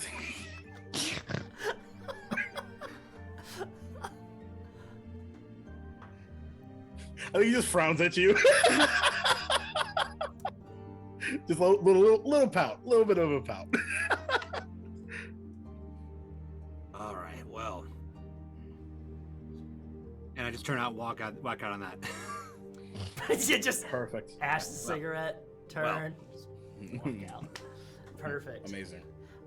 And we, as you start making your way out of the ballroom, we are going to start going one by one and doing some little closing vignette scenes. First, let's start, since you were the first one to leave. Maddie, where are you going for the night? Well, I'm going back to my apartment. Okay. I'm going to figure out, well, is it a glamour that I'm wearing, or is this like a magic thing that I'm... It's a magic thing that you do. Yeah. All right, it's so magic. just exhausted and, Mhm, and you're probably going to exhausted. replenish that. Yeah. She already looked into the deer potion from that's black market related. Mhm. And she kind of was like baby, so like, I don't know. I think I'm probably gonna. Oh, actually, you know what? I'm gonna go to my sanctum and do research. Actually, because I Perfect. forgot I had that. So you get to your apartment, and you go through. We're gonna say, just for the ease, since you are a cat and things like that nature, your door has a cat door, but it's Yep. warded so that only you can go through it. So no strays or anybody tries to Mhm. crawl in. You know, grumpkins, things of that nature, the red caps, all that necessary stuff. Don't just sneak into your apartment. You go in, and as you go to your sanctum, would you please describe Maddie's apartment on the 13th floor and your sanctum to us? Okay, so the way that it looks looks like a 2-bedroom apartment with an open floor plan in regards to like the kitchen, the living room, and stuff like that. There's a lot of greenery around the windows, so there's a lot of like different types of plants, herbs, stuff like that. That's like a part of the apothecary, so there's lighting set up for that. I would say that in one of the bedrooms, it's focused entirely on where her library of old tomes is, where her focus circle is. And she also has magical wards set up that is like inscribed. It looks like it's a part of the wallpaper, but it's made of like invisible, like infused with it, invisible ink, different sigils and stuff like that. So obviously the cat door is warded, but if someone tries to break into the apartment, not only will alert her, but will like probably mark the person that tries to come in as well. So she has it set up that way. So it's a very cozy apartment. It looks very like cat centric in regards to like, oh, there's like high like shelves in the wall that like go higher and higher as well for her in that state, as well as like hanging chairs and stuff like that, like cushions, things like that. Very earth tone colored is the best way to put it for her apartment. Perfect. All right. As you head into your sanctum, what is your intent for this sanctum? My intention is what I would like to do.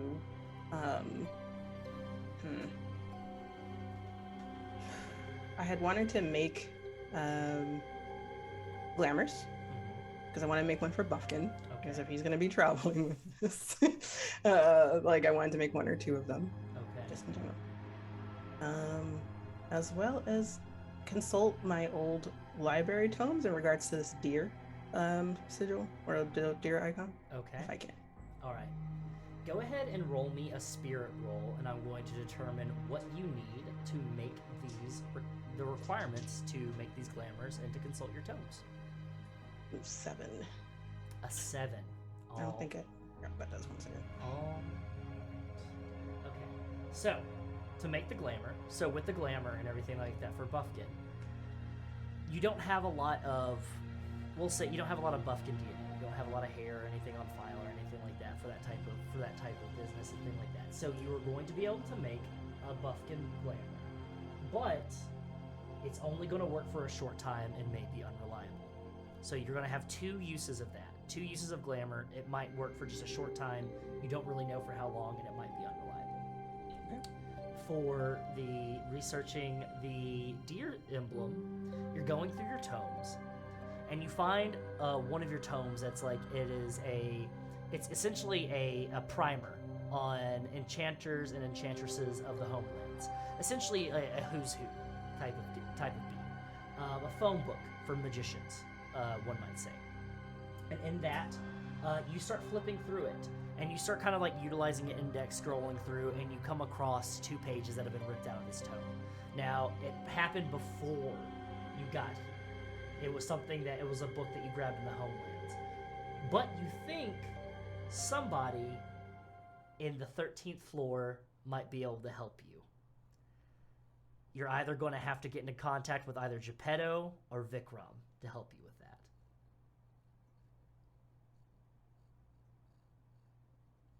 Vikram's here already, right? Mm-hmm. Yeah. All right. Can I do that now? Like, would it be okay to go on? It's kind of late. He's probably asleep. I'll do it so tomorrow. we'll do it for tomorrow. Yeah. So you go ahead. You're working on that for the rest of the night, and we pull out. The camera pulls out, and then we follow Amin.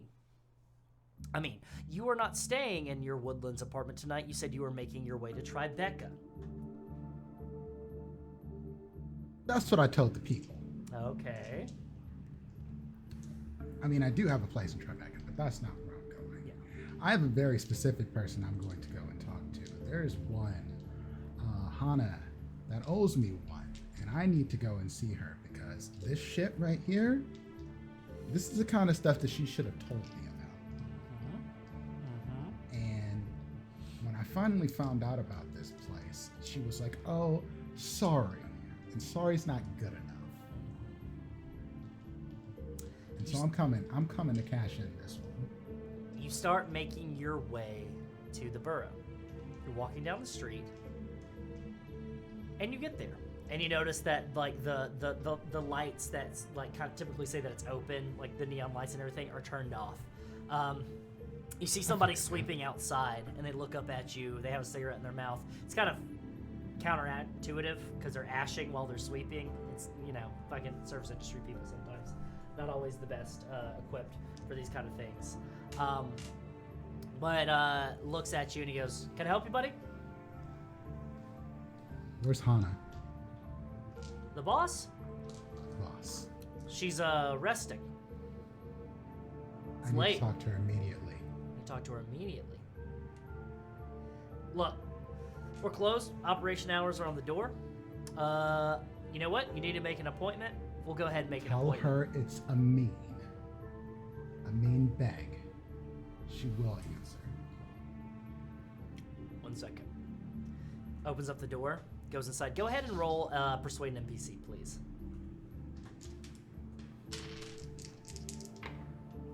Oh, that's a 13.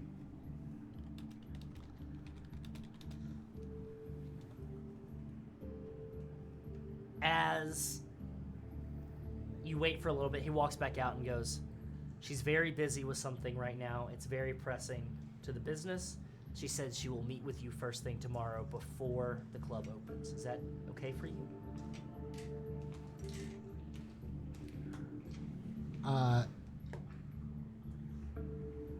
That's reasonable.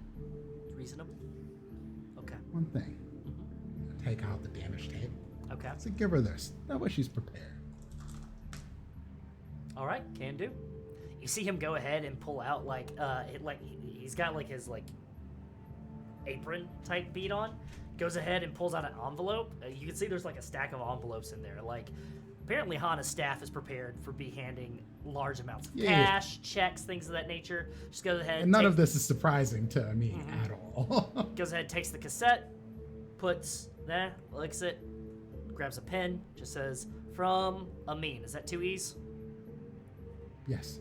All right, Amin. All right, I'll get this to her immediately. You have a safe morning, huh? Happy Remembrance Day. I tipped the guy a 20. Perfect. He takes it.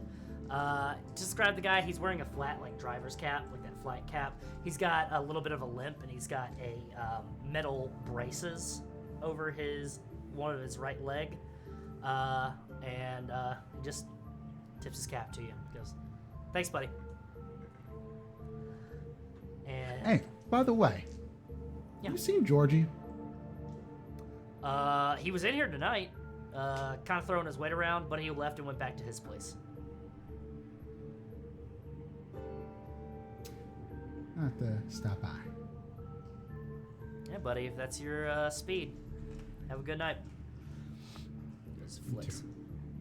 Camera peels back we go ahead and we follow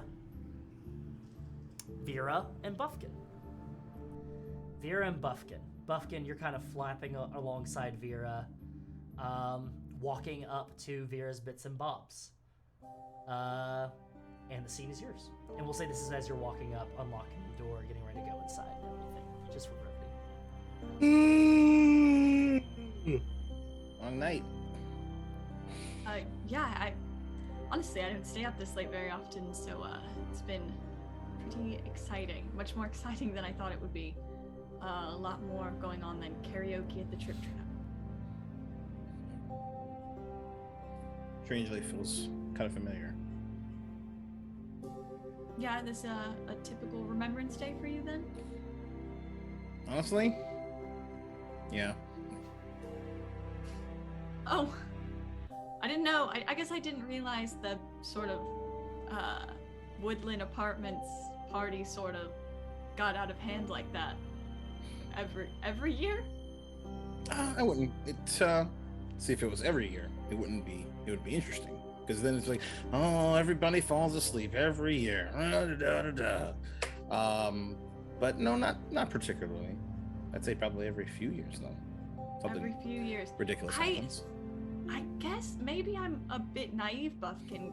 I just assumed our sort of government here was more stable than that. Let's put a hand on your shoulder. Oh dear, okay. I'm better off not knowing then.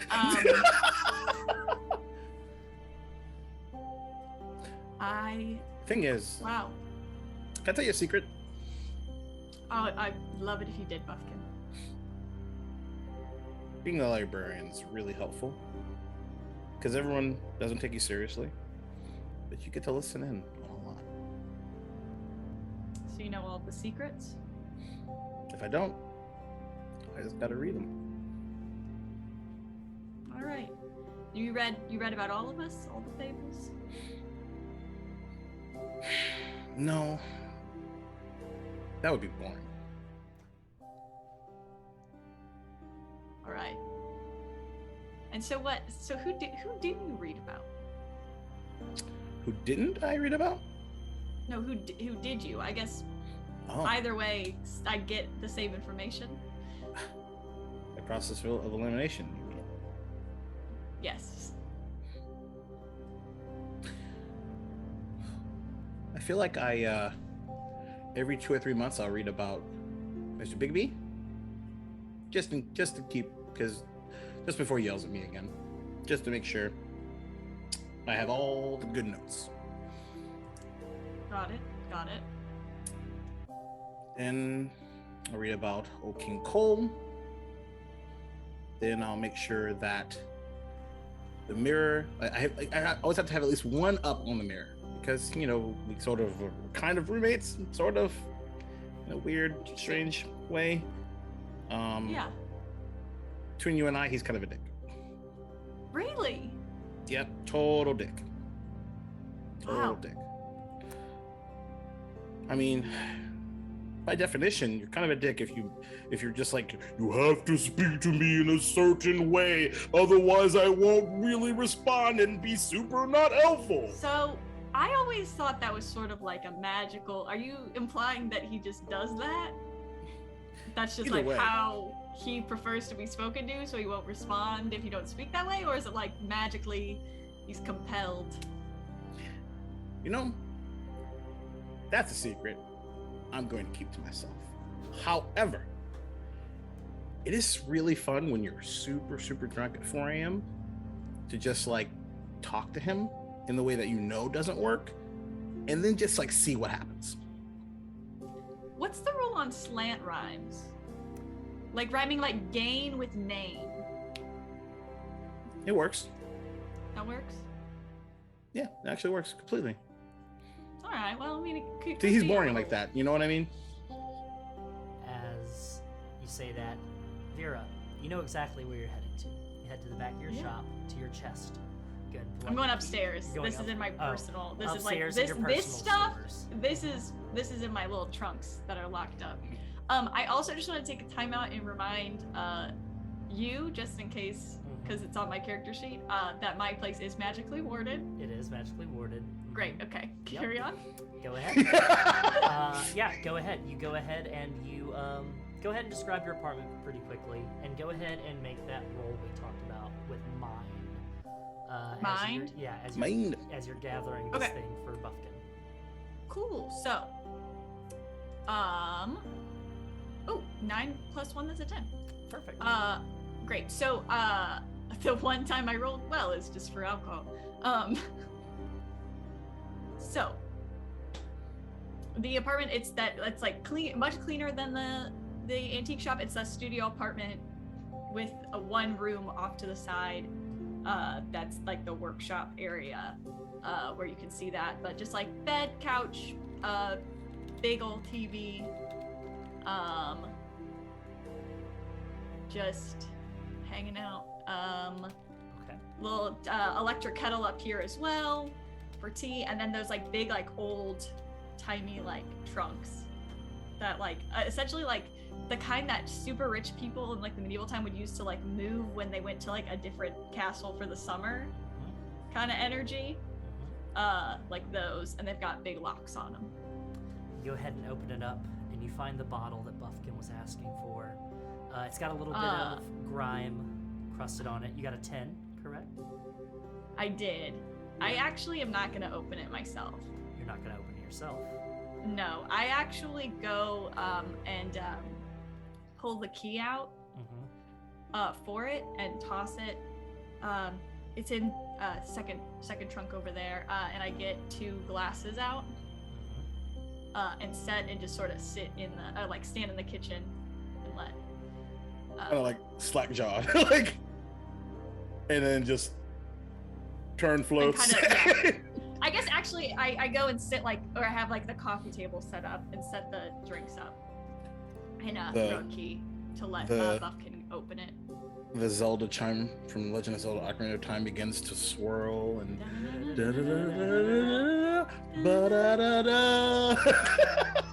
Inside this chest, you see there's a collection of papers tied together. They seem to be letters, scrolls, things of that nature, tied together with a bow. Seem to be personal effects.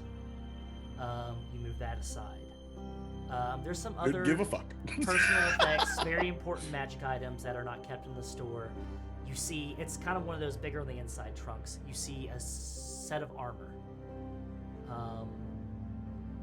emblazoned with a coat of arms that has a barricade, simply like a what would be like 3 prongs standing up with what would be a lion underneath that.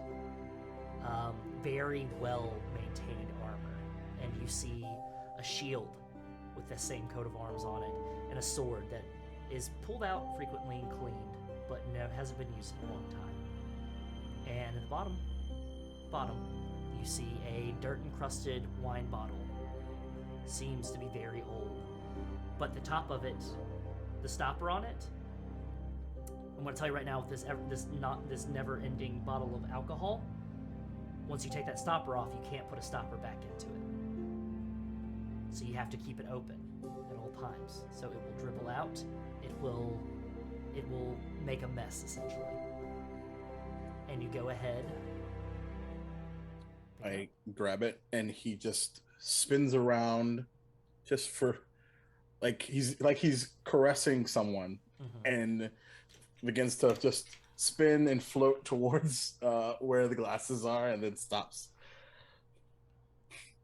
Cheers. And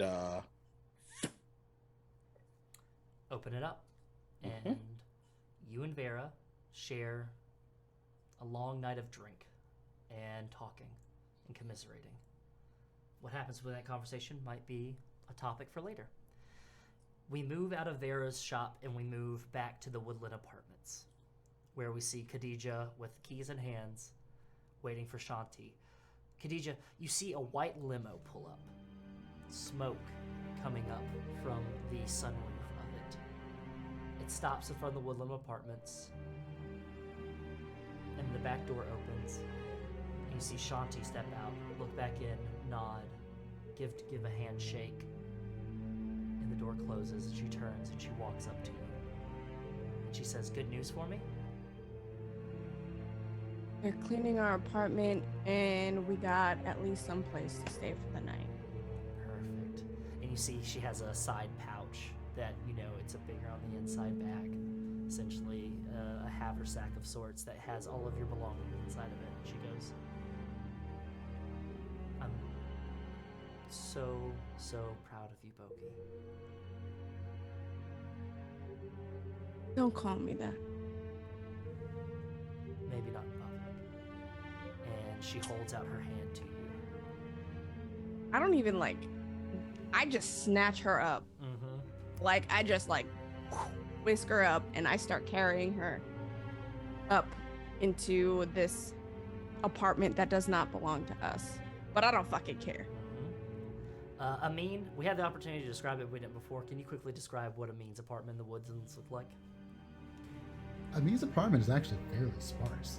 There's a few little artworks and statues, some stuff that looks like it's definitely from the Middle East that is placed around. But it's basically just a little table, some dressers and drawers.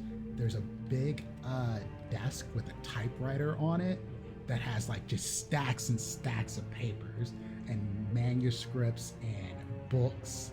And then there's a giant wall of bookshelves. Just tons of fantasy and sci-fi and fiction just plastered across the walls. And the only thing that's really stands out to you outside of this stuff is he has a bunch of signed copies of books that are set aside on these shelves by themselves. And they look like they're from various different years and times. He's a collector of definitely various novels and stuff like that. But everything else is very minimalist. For someone who is really fancy, when he's out and about, none of his place is garish at all. Just clean, dark carpet. Sheets in the room are all dark colored. The walls are white. And there's books. Just books and books and books everywhere. And lots of bins of what looks like he's been writing. Novels. Thousands of pages. Perfect. Okay, so I don't necessarily kick down the door, but I'm quick. I'm quick in there, man. Mm-hmm. And then I just kind of look. Well, I mean, it is what it is. There's incense. That makes you feel better. I don't give a fuck about that. I'm hungry. And not for food.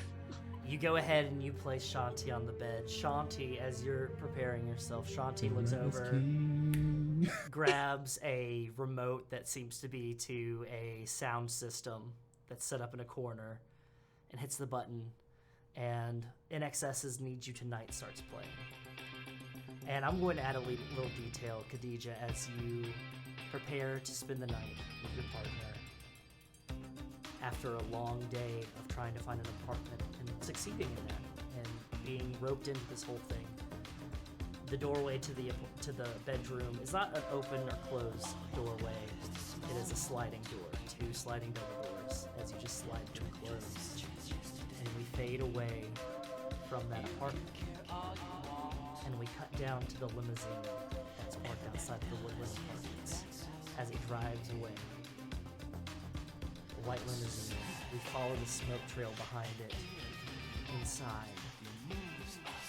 And we see Masha sitting with his back towards the driver in a smoke-filled limousine, smoking a cigar, looking over a notebook and crossing things off. And then we see Pietro, Vasilia, and 2 other of those toadies sitting in a chair and in their seats in the limousine. And at the very end, in the very back, it was just scooted to the middle of the seat now that Shanti has moved out of the limousine. A face obscured by cigar smoke, legs crossed, of a person wearing a deep purple suit, very nicely tailored. Socks that seem to be golden hued, alligator skin loafers, just smoking the shit out of a cigar.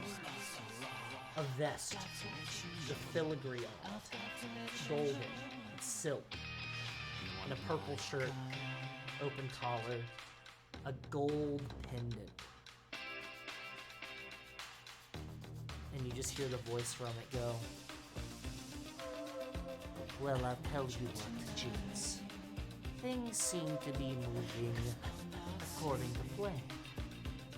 But we'll have to do something about those little shits." As he looks over to the cup holder beside a glass of champagne and holds up a straw and looks at it.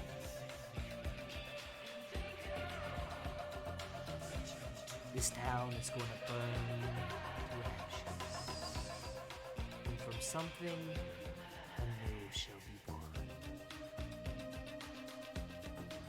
And it drives off.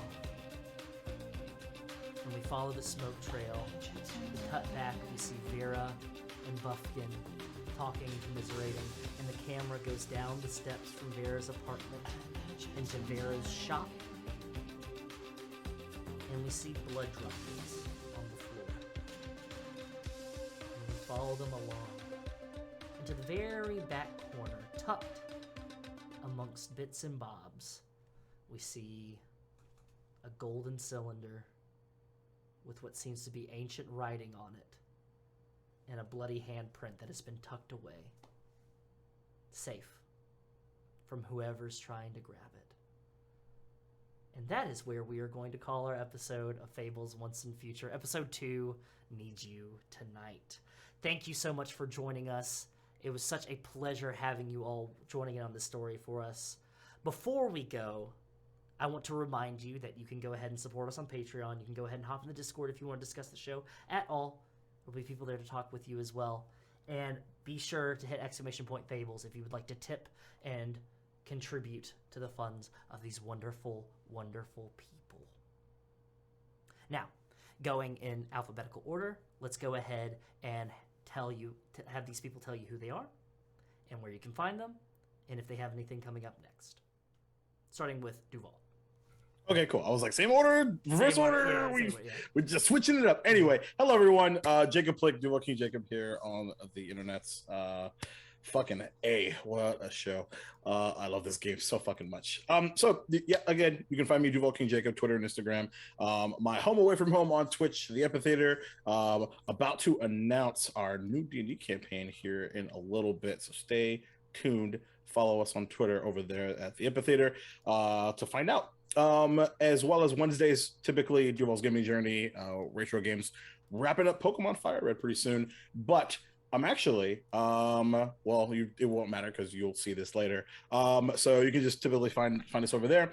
And then, of course, as always, Thursdays, Waffles Maple Syrup, Outcast and Outclassed. I'm actually doing a game tomorrow, but you'll see that later. All this stuff doesn't make any sense. You can just, it doesn't matter. I'm just going to bail out. Thank you so much. And see you next time. Perfect. Then That's me, right? Yeah, it's you. All right, so hello everyone. I'm Prince, also known as Dimples and Dice around the internet, and that is where you can find me: Twitch, Twitter, Instagram, all the places except Facebook, because fuck that place. Coming up next for me, when you see this, I'll be at Gen Con. So if you're hanging around Gen Con, do come find me. I'll be hanging around. Yeah, you'll see me around. If you want to find me and I know who you are, then it's probably not difficult. Let's see. I'm going to be off for most everything this week, so it's not too much happening this week. However, when we come back, we'll be back with more Vampire the Masquerade Philly by Night in 2 weeks. We're going to have a special guest star. I'm making sure that I can get it all arranged, but you'll be happy to see. Someone's going to come and play Kane for us, baby. Ooh. We're going to have Kane on the show. A few of you might know who's playing Kane in my show. But that's going to be a doozy. This is our 5th and final season, so we are closing this one out with a bang. I'm trying to get some more guests in before this is over, so come see what happens. We'll be back with more Hunter once I get back. Good Society's coming up. We'll be doing more stuff on Waffles Maple Syrup because we're going to be at Gen Con, so we're not going to have it this week, but Just keep an eye on my socials for all the things that I have coming up. It's been announced the North by Northwest Scum and Villainy game, which I've mashed up with Dark Matter from Mage Hand Press and made it into one thing, and it was phenomenal. Chaos Gremlin April, who's also part of this show, was there, and it is by far, and if you've seen anything that I've been in, when I say it is the most chaotic and sexy game that I've ever ran, if everything else is a 10, this one's like a 15. Like, that's how wild they went with this show. So someone should get arrested is what you mean to say. So yes, exactly. It's really like that. So do keep an eye out for that. We're going to have some more announcements coming up for that. You'll see character art. It's going to be dope. But stay tuned. That's all from me for now. Fantastic. Rachel. Yo, it's me, Miss Petty Dreadful. Follow me on Twitter. I tweet stuff. It's fun. People have a good time. And then go ahead and follow Table Goth on Twitch if you're not already, because I'm playing games over there.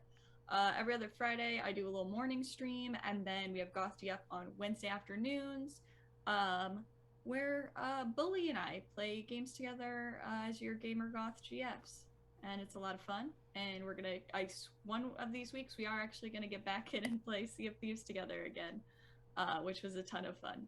So I am excited for you all to see that, and also announcements pending Good Society. Check that out for release schedule and stuff. I'm looking forward to recording that. It's going to be a good time. That's all I got. Excellent. Raven.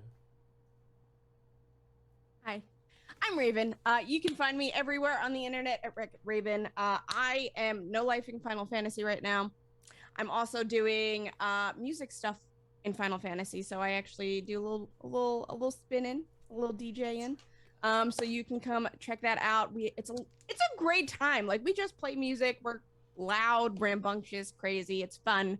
I too will be at Gen Con when you see this. So if you bump into me, come say hi, or don't. I'm not your parent. Can't tell you what to do. And I am on hiatus from a few different campaigns that I'm in, but normally you can catch me on Thursdays at Cantrip Breakers, where I play Rin Liara, a fallen ASMR Oath of Vengeance paladin. Shouldn't work, but it does, because that's how I like to play my characters. And we will be wrapping up our Monster of the Week campaign, which is every other Wednesday. Our season finale is coming soon, so make sure you check me out. Just follow me, because there's a lot more going on, but I don't have the brain power to tell you what that is. Fantastic. So glad that you're here. That you made I'm it so with this happy. episode. I'm so glad you're here. It's fantastic. Definitely go check out Raven's stream. Those Final Fantasy DJ spins are fantastic. Great fun. And Ambrose. Hey everyone, Sade or Ambrose, she, they, pronouns. You can find me on Twitter at SSAmbrose_ or SSAmbrose everywhere else, including TikTok, where I'm gonna ramp that up again to do animatics and storyboarding. So check that out. I am on the Lovely Craftians podcast. We're on season 4. The finale is ramping up. We are going to be posting every other Tuesday. So this Tuesday you'll probably see an episode. And it's going to be dramatic and sad and wonderful, and it's going to hurt your heart a lot in a good way. So wait for that. I can't wait. Other than that, I am also working on season 2 of the Arcane Core that was on Girls Run These Worlds. I am almost done with that plotline for the Monster of the Week campaign, so I'm really excited about that one. So stay tuned for that, because all the stuff is coming together and I'm excited for it. And it'll be sometime in September. Things will be released as things come out soon. So thank you. To the next one. Fantastic. And of course, our special guest for tonight, the big bad wolf himself, Zachary. Go ahead. Hi, I'm Zachary Vaudo. I've been your Sheriff Big B Wolf. My Twitter handle's probably about there. ATL by Night is on Tuesdays. 8 p.m. Eastern, twitch.tv/ATL by Night. We are in our 8th season. We've got a lot of big things happening with the current cast before we switch over to a new coterie in the next season. So swing by and see what we're up to. On Vancouver by Night, next weekend, we're going to be starting a hunter game called Hopeless. It is a game of pushing back the dark, found family, and vengeance. That'll be middle of the day on Saturdays, twitch.tv/Vancouver by night. If you scroll back through Carrion Comfort Studios, you can see a game I ran for Virtual HorrorCon called Don't Rest Your Head. I highly encourage you to check it out. It was a lot of fun. Beyond that, I'm on so many other channels, every channel that will have me. I am wherever tabletop games are played.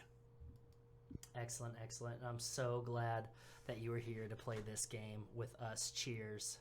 Thank you, Zachary, so much for joining our Purpose team. for you, buddy. Perfect, perfect. All right. My name is Wes. I'm not the best, but I'm pretty close to it. You can follow me on Fuck Twitter. you. You're fucking fantastic. God damn it. There's- I'm interrupting that. No talking bad about yourself on your own fucking channel. I will fight you. Go big.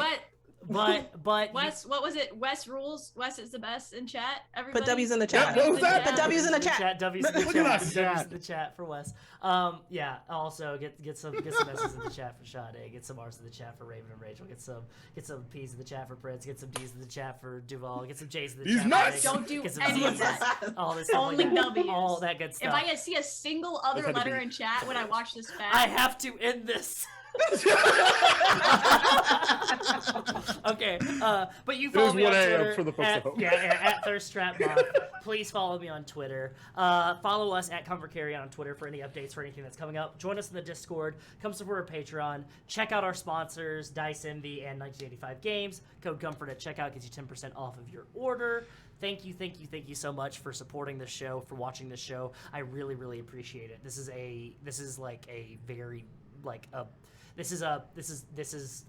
my baby. This is a child. It's something that I've been wanting to do for a long time, and these lovely, lovely people are making it possible. We will let you know that this episode is on the 12th. There is no episode due to Gen Con, recording and everything and like that, and travels and stuff like that. There is no episode on the 19th. So you have the 19th off. Go support some other streams, things of that nature. But we will be back on the 26th of August for the next episode. And it's just going to be our core cast and things of that nature.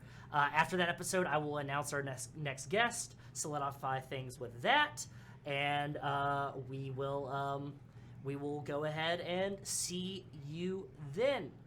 Please do support these wonderful people. All their links are going to be in the chat. Go follow them. Go support them. Go show them some love. I will not be at Gen Con, so do not try and come and find me. Neither will I. But go ahead and hit up these people if you know them. If you don't know them, then please be normal about it. Please do not be a weirdo. And be safe at Gen Con. Please wear your masks. Please make sure that you are vaccinated and boosted. Avoid massive crowds. Be very aware of things that are going on. And if you have the Rona, don't fucking travel. go. Stay the fuck home. Stay home if you're sick. We're gonna send those Stay scarecrows home if after you're you. sick. Come over if you're thick. All right. So that's what we're gonna leave it with. That okay. So on that note, we're gonna go ahead and get out of here. Thank you all so much. Have a wonderful night. Bye. And do not forget, comfort comes soon. Goodbye. Soon. Done, JPEG.